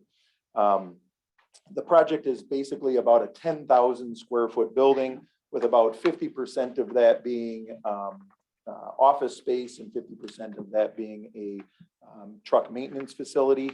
And just to clarify an item in the staff report, the truck maintenance portion of it may become a second phase on this project. As you may all know, construction materials and construction costs are pretty much out of control right now. And so Pam Polyak, running a small business, is trying to make all of this stuff work economically and may delay the construction of the shop portion of the building until a later date, yet to be determined. As you've noted on the Planning Commission submittal documents, we are proposing 2 access points off of the south end of the cul-de-sac. And the reason for that is to try to separate the automobile traffic from the truck traffic. So that's why there's 2 driveway approaches. As indicated in the staff report, there is a regional stormwater facility for this development, which is the reason why you do not see stormwater management on the site plan. It's my understanding that the Village of Sussex, because we're in an intergovernmental area, that the Village of Sussex has indicated that this project meets the intergovernmental design standards. Rachel can probably speak a little bit more to that as well, but it's my understanding that that has been at least preliminarily approved by the Village of Sussex. One item on the staff recommendations, or a couple of items on the staff recommendations that I'd like to just clarify. Item number 6 on the staff recommendations talks about the hours of operation. The Saturday and Sunday hours were omitted from that section. It's in the staff report that the hours would include Saturday and Sunday from 6 a.m. to noon, but that's not in the staff recommendation. Item number 8 in the staff recommendation talks about the Lisbon parking standards. And I think Rachel, will talk about that. We will be asking for a waiver for that setback requirement off of the street setback. And other than that, we are here to answer any questions you may have. Just to be clear, you're not asking for 24/7 operation on the weekend? 24/7 is the drivers. Mhm. So the drivers would be coming and going 24/7, 7 days a week. It's the hours that the business is open for business to the public are the hours that are listed on this document. Does that make sense? Okay, so you're not, usually we just use 24/7. Okay. So I just So, want to be clear on that, because otherwise after noon on those days, you can't be in that building. so the employee, so if it's done by employees, then it would be 24/7, 7 days a week. Okay. All right, Rachel, did you want to? Yes, can run through highlights here. And I also wanted to catch if there's anything, thank you, Peter, for bringing the clarifications. Just checking the email you had sent, if there's any other corrections here. On page 3 of the staff report, where I have a comment on describing the lighting, summarizing that the 20 feet high actually reflects the initial proposal. The light poles are currently proposed to be higher than that, is my understanding, That's although that's correct. something that may warrant some more. So further in the Discussion. report, you have the dimensions correct. It's in that section in the front that was Thank you. different. Yeah, I was trying to update this as we went, and so I Right. didn't catch all the pieces of it. I apologize. So That's comment the number part of 12 me on driving page you 7 is crazy that correct. I was talking about. It's all right. I think we worked through it pretty well. Right. I appreciate your help on that. Trash and recycling, just to clarify, because yeah, that also I didn't catch a couple places in the report to make sure that is currently proposed to be all enclosed with chain link enclosure with slats. There was a slight modification from the initial submittal, but just so you know, that's the current proposal. And And that's by the way concealed behind the building. So That's it's, right. You know, so it's the street, the building, and then the trash enclosure behind. So nobody will ever see it except the employees of the operation. yeah, it's definitely screened. And then on page 7, item number 11 references a patio. There was initially one proposed to be behind the building for employee use. That was removed in the most recent plan. So just so nobody's confused on that point. And that, by the way, was driven by the request to move the trash enclosure out of a setback along the south property line. So in order to accommodate that staff request, we moved the trash enclosure nearer the building, which was in the location where the outdoor patio was proposed. That's right. And so I'm just doing a screen share here because I do have some slides that might be helpful for people on Zoom or in the audience here. And so Peter's overview really summarized what the proposal is. Things I want to note from the staff report are that the site plan, as far as things that may need to be ironed out, it reflects current easements on the property. So it shows those accurately. That's been discussed with staff and with the town engineer that, for example, extending south from Richard Road, there's a drainage easement. And that was something that was established as part of prior CSMs done for the business park when things were still not exactly clear where the easements would be needed. They were just established to allow room for that. But those, I would recommend that those may need to be modified based on, depending what the plan is here, if this gets approved. But those could be handled as a after the fact thing with the town engineer. I don't think that should pose a problem for this site plan if that gets approved tonight, but that could be a cleanup item as this business park, comes together and things have actually been constructed now. So I think it's clear what is actually needed. The other stormwater management, my understanding is that's being worked on by a town engineer as well, and just in terms of reviewing this site and how it will work and fit with the regional plan for the business park. So that's ongoing. There was no county zoning. Currently by ordinance, this project would require a major grading permit. That's a conditional use process, but that could be handled also later as these plans just get firmed up. That would come back to Plan Commission at a future date. And that's been discussed with staff as well. I don't see a concern with that at this time. Peter did mention the subject to gateway design standards per the intergovernmental agreement with Sussex. So that's a lot of this review was looking at those standards and how it meets up. But as he mentioned, Sussex administrator has confirmed that it passes muster, and we have that confirmation. So that's helpful tonight, and keep that in mind. We talked about hours of operation. I would point out the parking plan. We've discussed parking, and as you know, amendments have been drafted. Those are in progress with, as far as the minimum parking requirements of your zoning code. So we've just dealt with this with another site plan. I would be recommending approval conditioned on the site plan meeting Lisbon's minimum parking requirements, with the understanding that those are in the process of being modified to be more current and conform with what is typical of communities today, because they're just kind of outdated. So quick question on that, Rachel. Sure. In your assessment of the plan that's in front of you, would we meet those proposed new guidelines? Or, because I noticed in the staff Yeah. report that, their parking requirement was substantially higher than, what would be required, I think, by today's requirements. That's right. Yeah, so I do have, I guess I didn't provide what the new numbers would be. I didn't want to get ahead of it because they haven't been adopted yet, but I do not see a concern with Okay. the quantities you're proposing in my assessment, but I can't speak for where the final ordinance will land on that, if that makes sense. Okay. So it's a little atypical, but knowing that that's happening right now, that would be my recommendation. The other, to look at design standards. Sorry, I'm also looking at the key issues on page 2 of the report. So I would ask the commission to just confirm the adequacy of the proposed landscaping and the buffer areas. Again, that's based on design standards, so that's under comment number 7 of the report.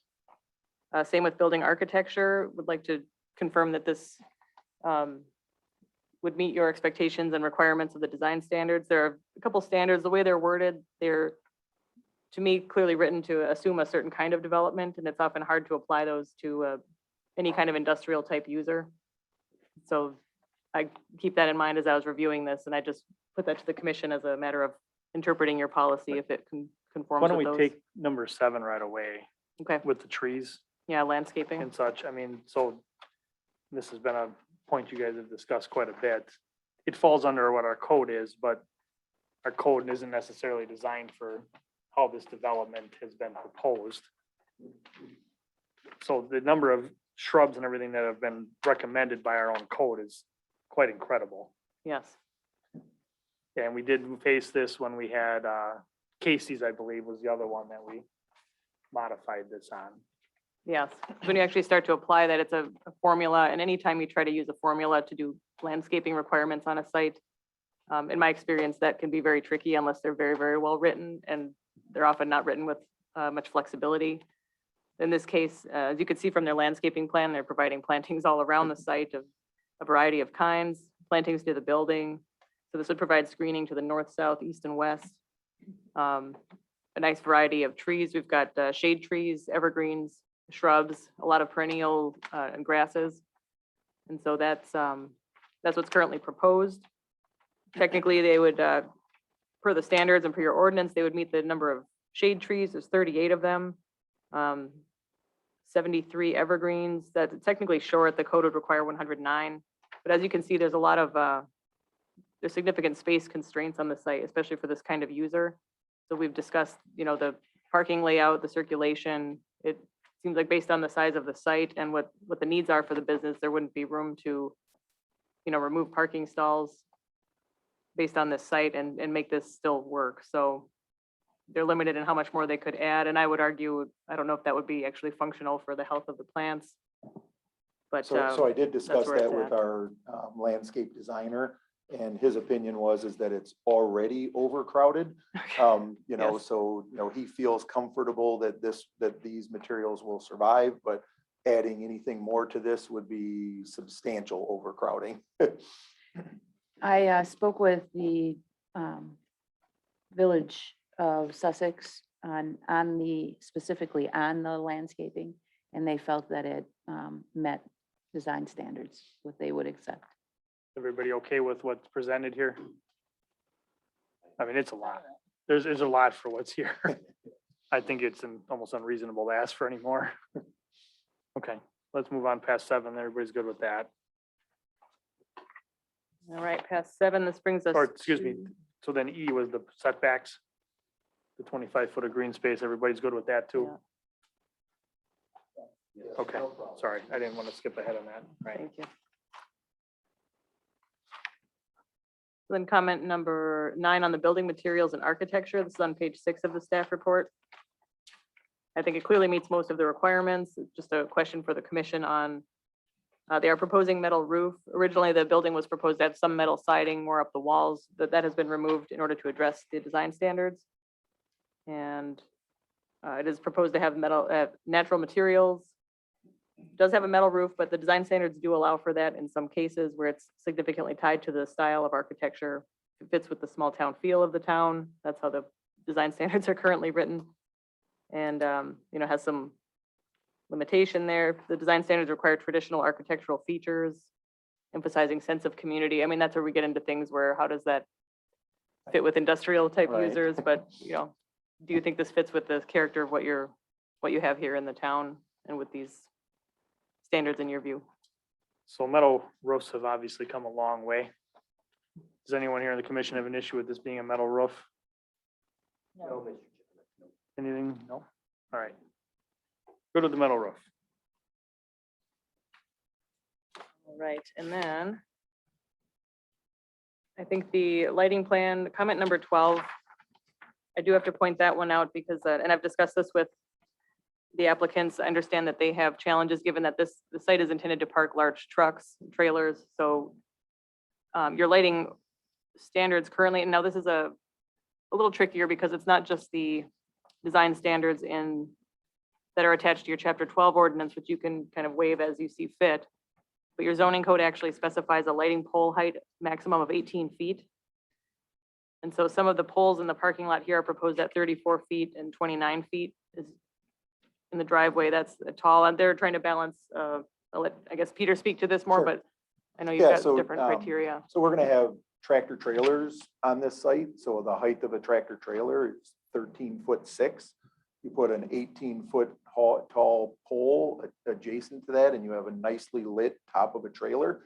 And you don't get very much light down to the ground where you actually need it, where people are hooking up cables and hydraulic hoses and that kind of stuff on the trailers. Also, the safety and security of the drive aisles, you know, you've got very well lit tops of vehicles, but not very well lit site. So the exception that we're asking for here is to allow those poles to be taller so that we can actually cast that light past the vehicle that's parked in the stall and provide the lighting where it's needed, which is out in the drive lanes. Essentially, our code is written for Volkswagens and now we've got tall trucks. Right. Anybody have an issue with the taller poles?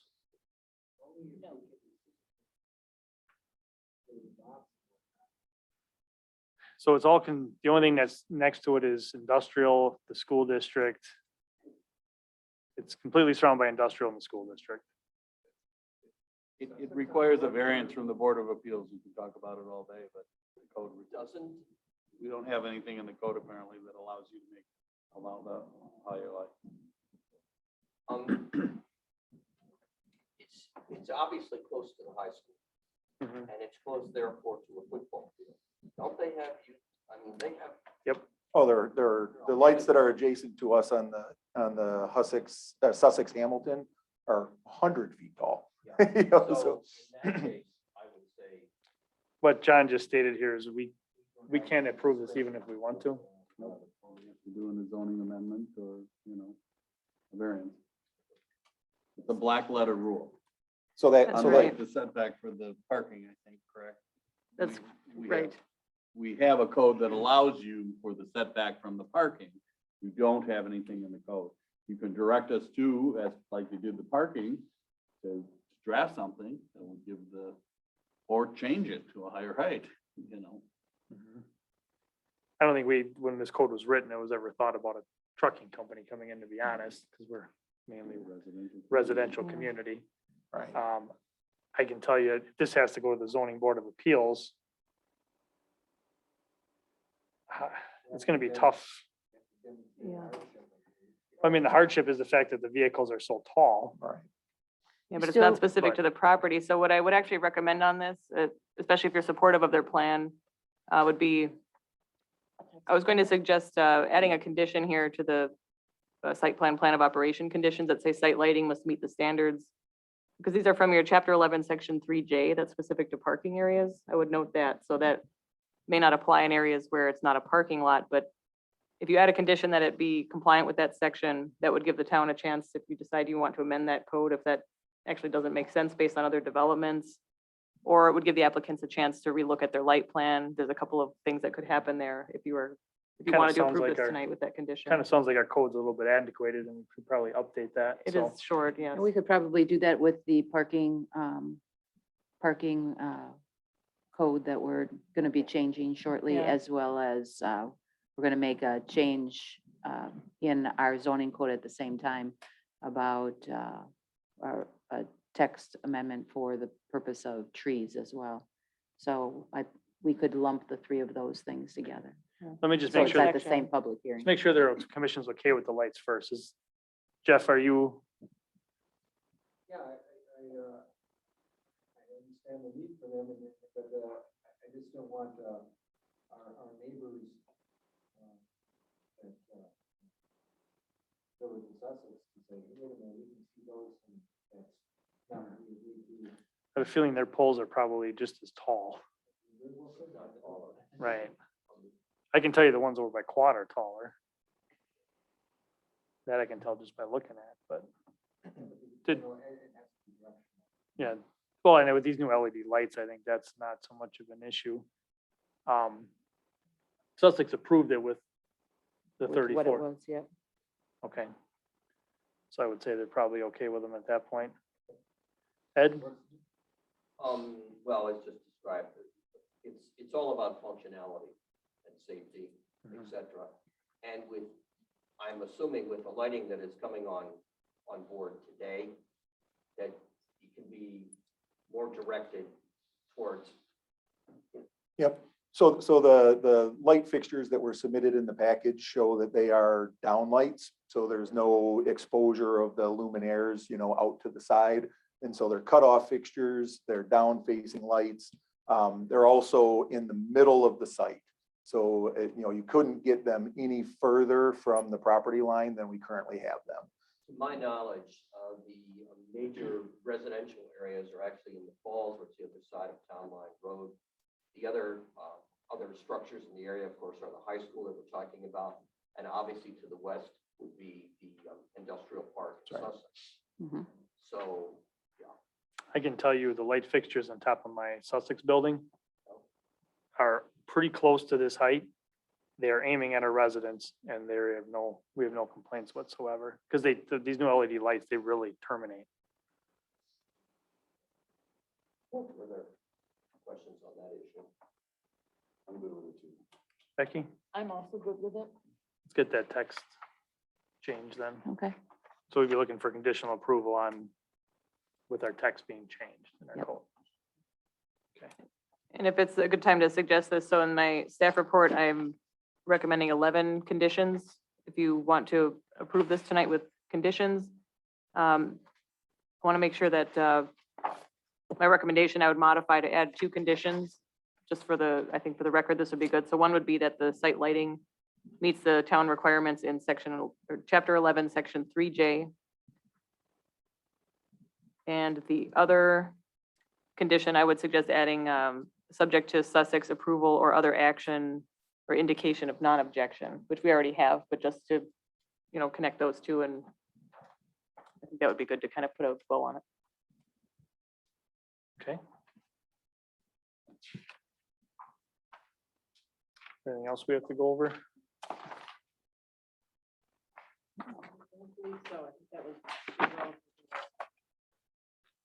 All right. Any other comments or questions from the board? Mr. Chairman, could we, there's obviously pictures of the structures. My understanding there's going to be 2 phases. The office and then the more functional, well, wait a minute. Both functional.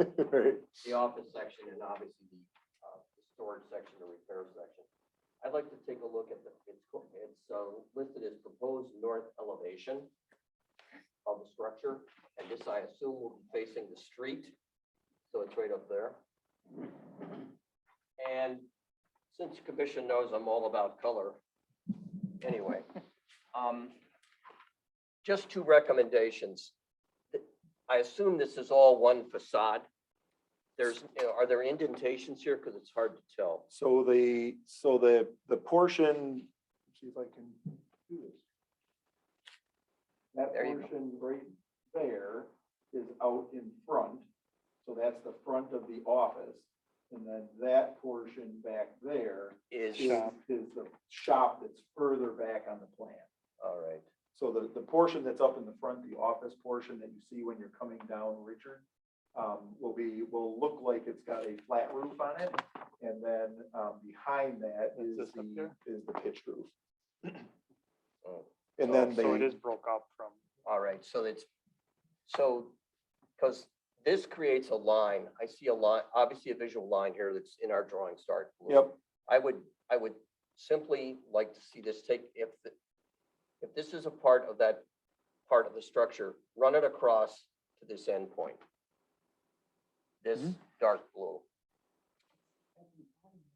so it's a projection off, so it only sticks off about 6-8 inches off the face of the wall. So it's, so the intention is when you're coming down Richards, Correct. that's the facade that you'll see when you're coming down. The portion of it that's closest to the road is the left-hand side of that elevation. So that's why the signage is pulled to that side. That's why all of those architectural elements are pulled to that side to basically address the road. So if we run that band all the way across, then I think it draws a line on the elevation that takes some of the hierarchy away where we are trying to create the Okay. part that you see. All right, actually, okay, because that was idea B, forget it. The other thing, if, again, this, in our drawings, we're looking at dark blue. Yes. Looking at this straight on, this bothers me a little bit to drop this down and just have it in line with here. but Ed, But It's we all gonna can't- be a we can't perspective do that, thing. Can we? that's a perspective thing, because Yeah. if you're closer or further, it's gonna, Yeah. that's at the distance. All right. 0 for 0, Mr. Chairman. Not the first time, it won't be the last. Appreciate the comments. No, we need the colors. Because you obviously want to be proud of your building. You're putting a lot into it and you want it to pop. Okay? Pam, if you're gonna talk, you gotta come up, because we got people on I'm Zoom. sorry, I shouldn't have started that. You guys can't You see, have to identify yourself. And I'm Pamela Polyak. Is that all you need? No, more? That's why we did all blue. Like our company colors are the royal blue, the same color as Joe's shirt. And so that's the same color we're doing for the roof, and that line that you're talking about is the blue that just brings that out. But yes, I'm very proud of this. I love it, actually. As long as I'm here. Thank you. I have no further questions. Mr. Chairman. Brian, no, I'm good. Becky, anything else? Nothing for me. Jeff, did you have anything else?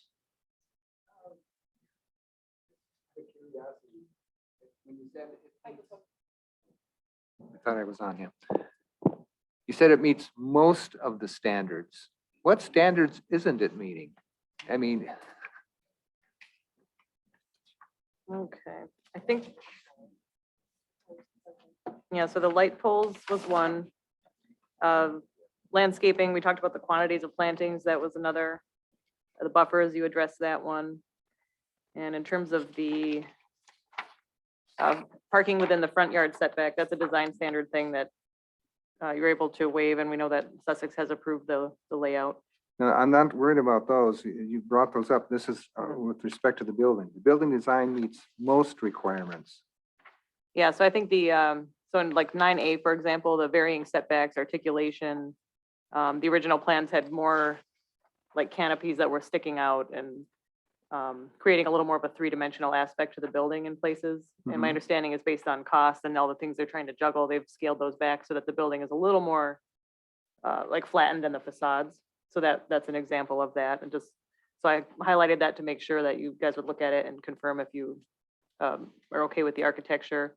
The metal roof is one where it's allowed, but under certain circumstances. So I felt like that was more of a question for you in terms of policy. Does it comport with that? And then the traditional architectural features that just that's very up to interpretation. So that's where I didn't feel comfortable just glossing over it or not mentioning it. So I brought that to the commission for Okay. confirmation. Okay, satisfies me. Thank you. No problem. All right. Anything else from staff?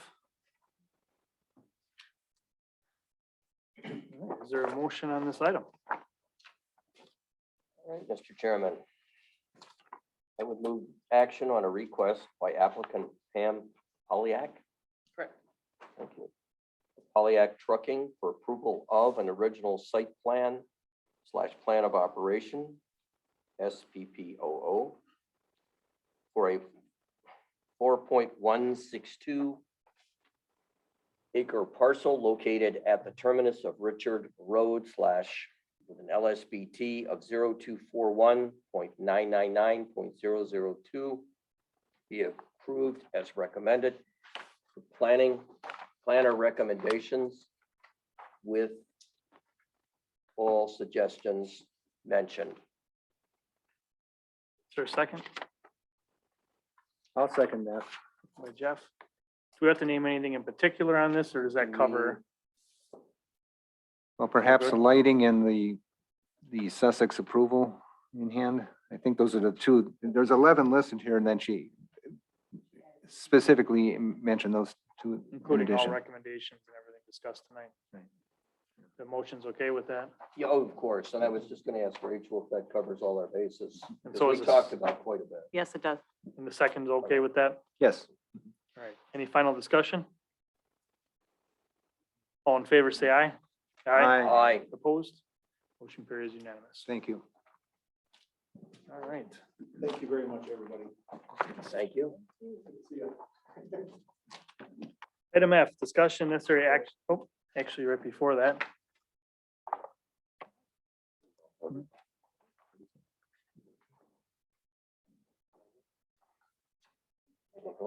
Whatever you want to do.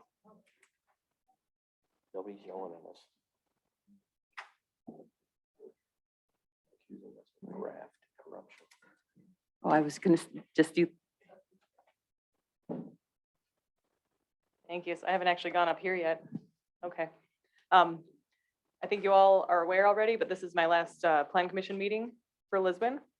So we'll be passing the torch here. And so I just wanted to take the opportunity to say goodbye to you all tonight and thank you for being a wonderful Plan Commission to work with. It's been really good. I mean that sincerely. You guys have been a wonderful group of people, very thorough, fair and consistent. That's been awesome. And so I just wanted to, I guess, say that and take the opportunity to say goodbye and wish you Merry Christmas. And so I don't think I'll be staying for the end of the meeting. I know you have other business, so I wanted to do that before I leave and just, yeah, they appreciate everything. And on a personal note, if you ever want to reach out, don't be strangers.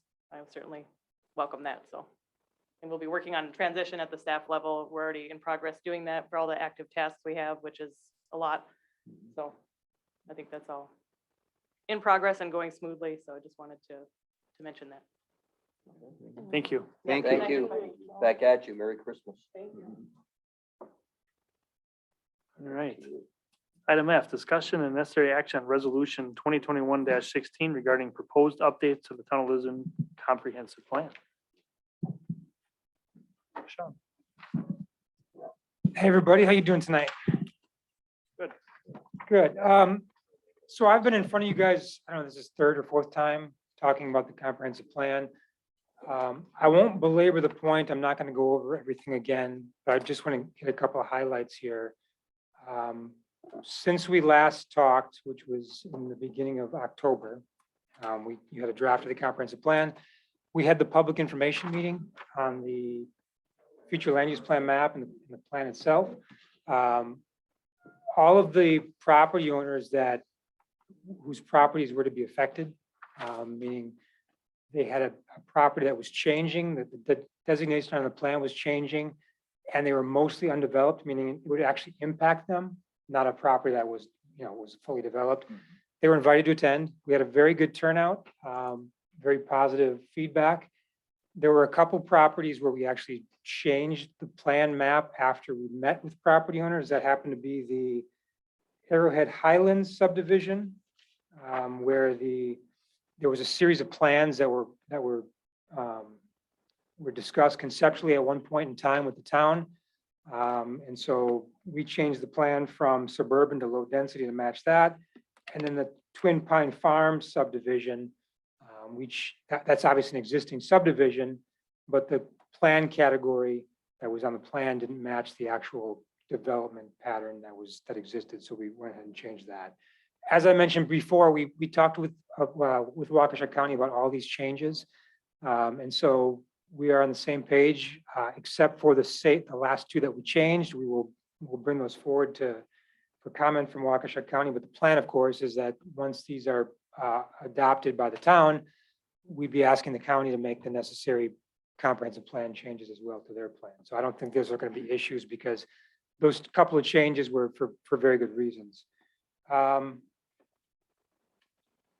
The only thing that's in the plan that we need feedback from you, unless you have questions about other things, was again, the section that was in the housing component, and that happens to be redundant in the implementation section. Those were from the policies that were from the Sewer Pack Regional Housing Plan, the recommendations for 2035.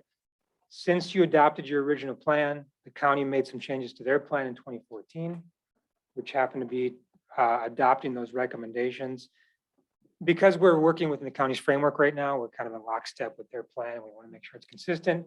We brought those policies over into our plan. We've highlighted a few of them that we think needs at least a closer look or some attention paid to them. Those happen to be the affordable housing policy, A3, which requires municipalities to review regulations for affordable housing, reviewing methods of construction and materials for affordable housing, and then potentially reducing street width and landscaping requirements. Also, accessible housing, which would be letter D4. That's analyzing your units to making sure you have enough accessible housing in the town for that particular thing. And then finally, recommending continuum of care organization programs to prevent homelessness. Again, all this is written in a framework that it's basically recommending that they're guidelines for the county as a whole, but these are gonna be policies that are in your actual town plan. So those are the ones that were not necessarily controversial, but the ones I thought you should take a peek at least. So have you looked at those in any capacity? Do you have any sense of whether those should be included or not? Do you have any feelings whatsoever? Does it not matter? They're obviously important matters, sir, but at this point, you have to be very careful. They don't seem to be the paramount issues facing our immediate community. I mean, what I mean by that is we obviously don't have a lot of affordable housing in the town of Lisbon. Right. All right. But what we do have is exponential growth. We have a road system that was developed 100 years ago and is being stressed. Okay. We have now 3 industrial parks. Given the paradigm of what we're seeing economically right now in our country, who knows if we want to build any more mini malls? Okay, brick and mortar. Right. So, but what future services might the residents of the town of Lisbon need, since our predominant mode of transportation is obviously by car? And yet we're at the edge of a lot of changes locally and nationally that we'll see. I mean, obviously electric vehicles, EV. So how that's going to impact the town of Lisbon if we along down the road become a village, I don't know. I am not a visionary. I would like to see us plan, but at this point, my main concern is we seem to be reactionary in coming in and dealing with our road situation. I mean, quite frankly, affordable housing in the town of Lisbon will certainly possibly be an issue, but I am personally more concerned about the fact that in order to proceed out of the area I live in, now increasingly, I am taking my life in my hands, crossing over intersections. Understood. Okay. And just to reframe it a little bit, again, these are policies that the county has in their plan, policies for the county as a whole. And so the way it's written in our plan as proposed is it's guidelines for the county as a whole, not necessarily, they're not something that's required for the town of Lisbon to take action on.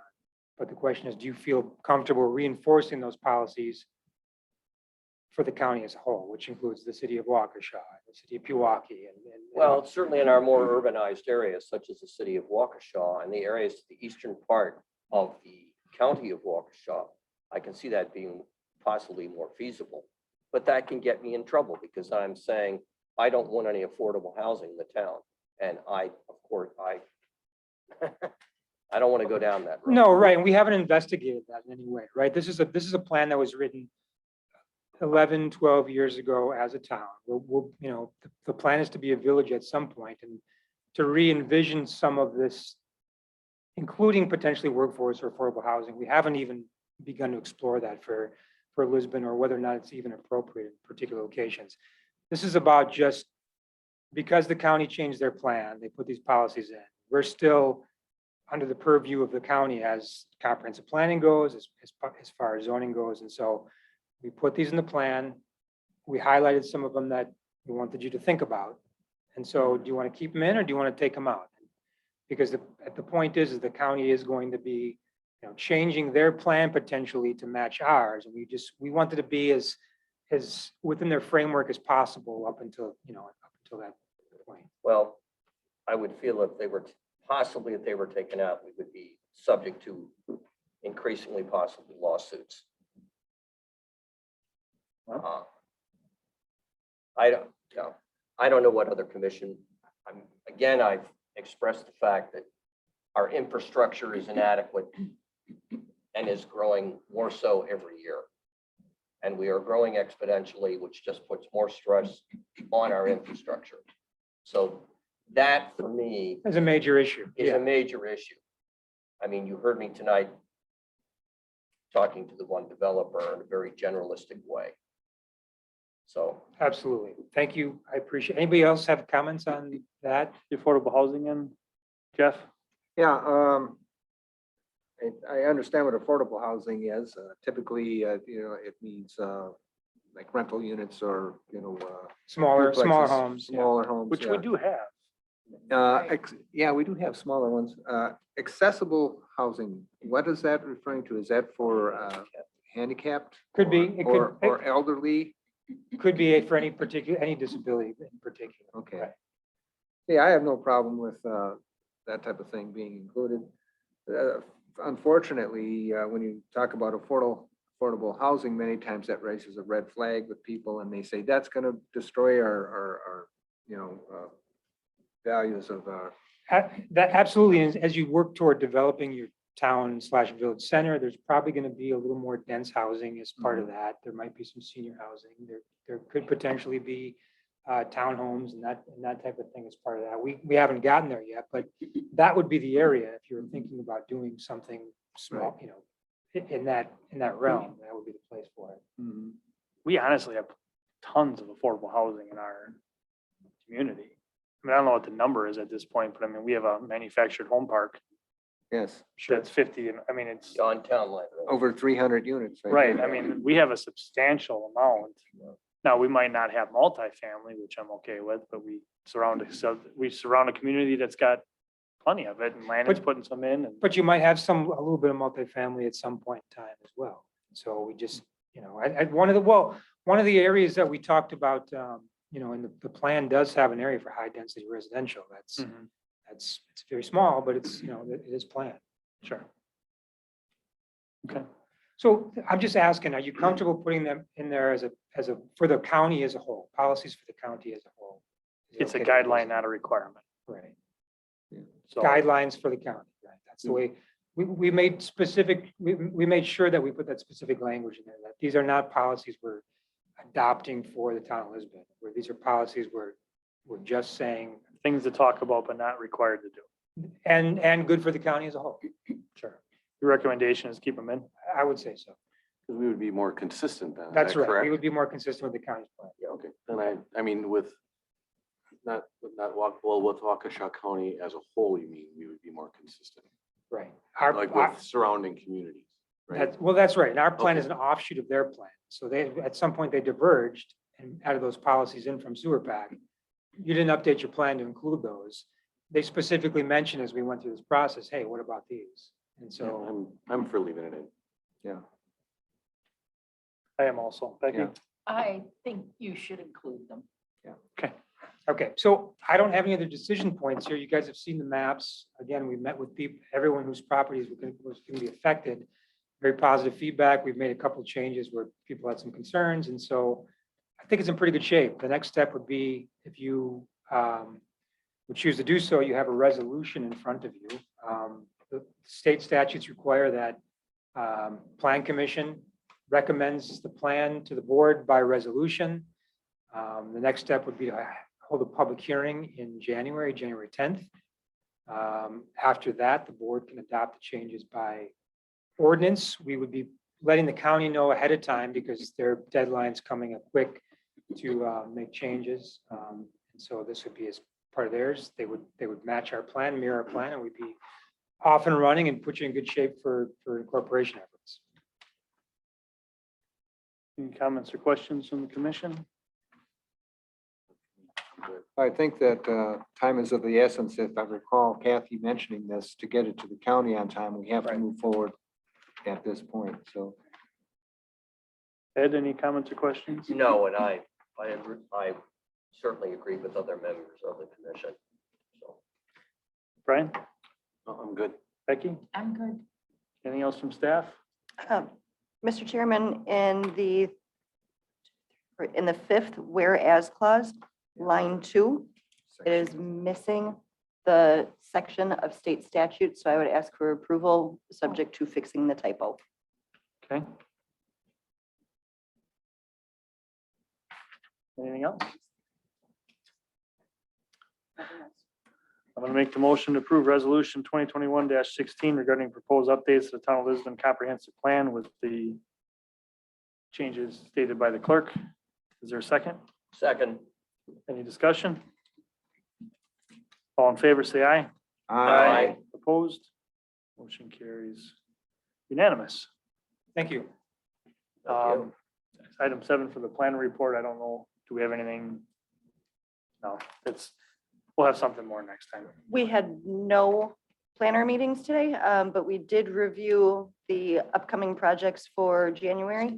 And January, we are looking at the Twin Pines Parade of Homes temporary site plan of operation, and Land and Stone, a new site plan of operation and conditional use amendment.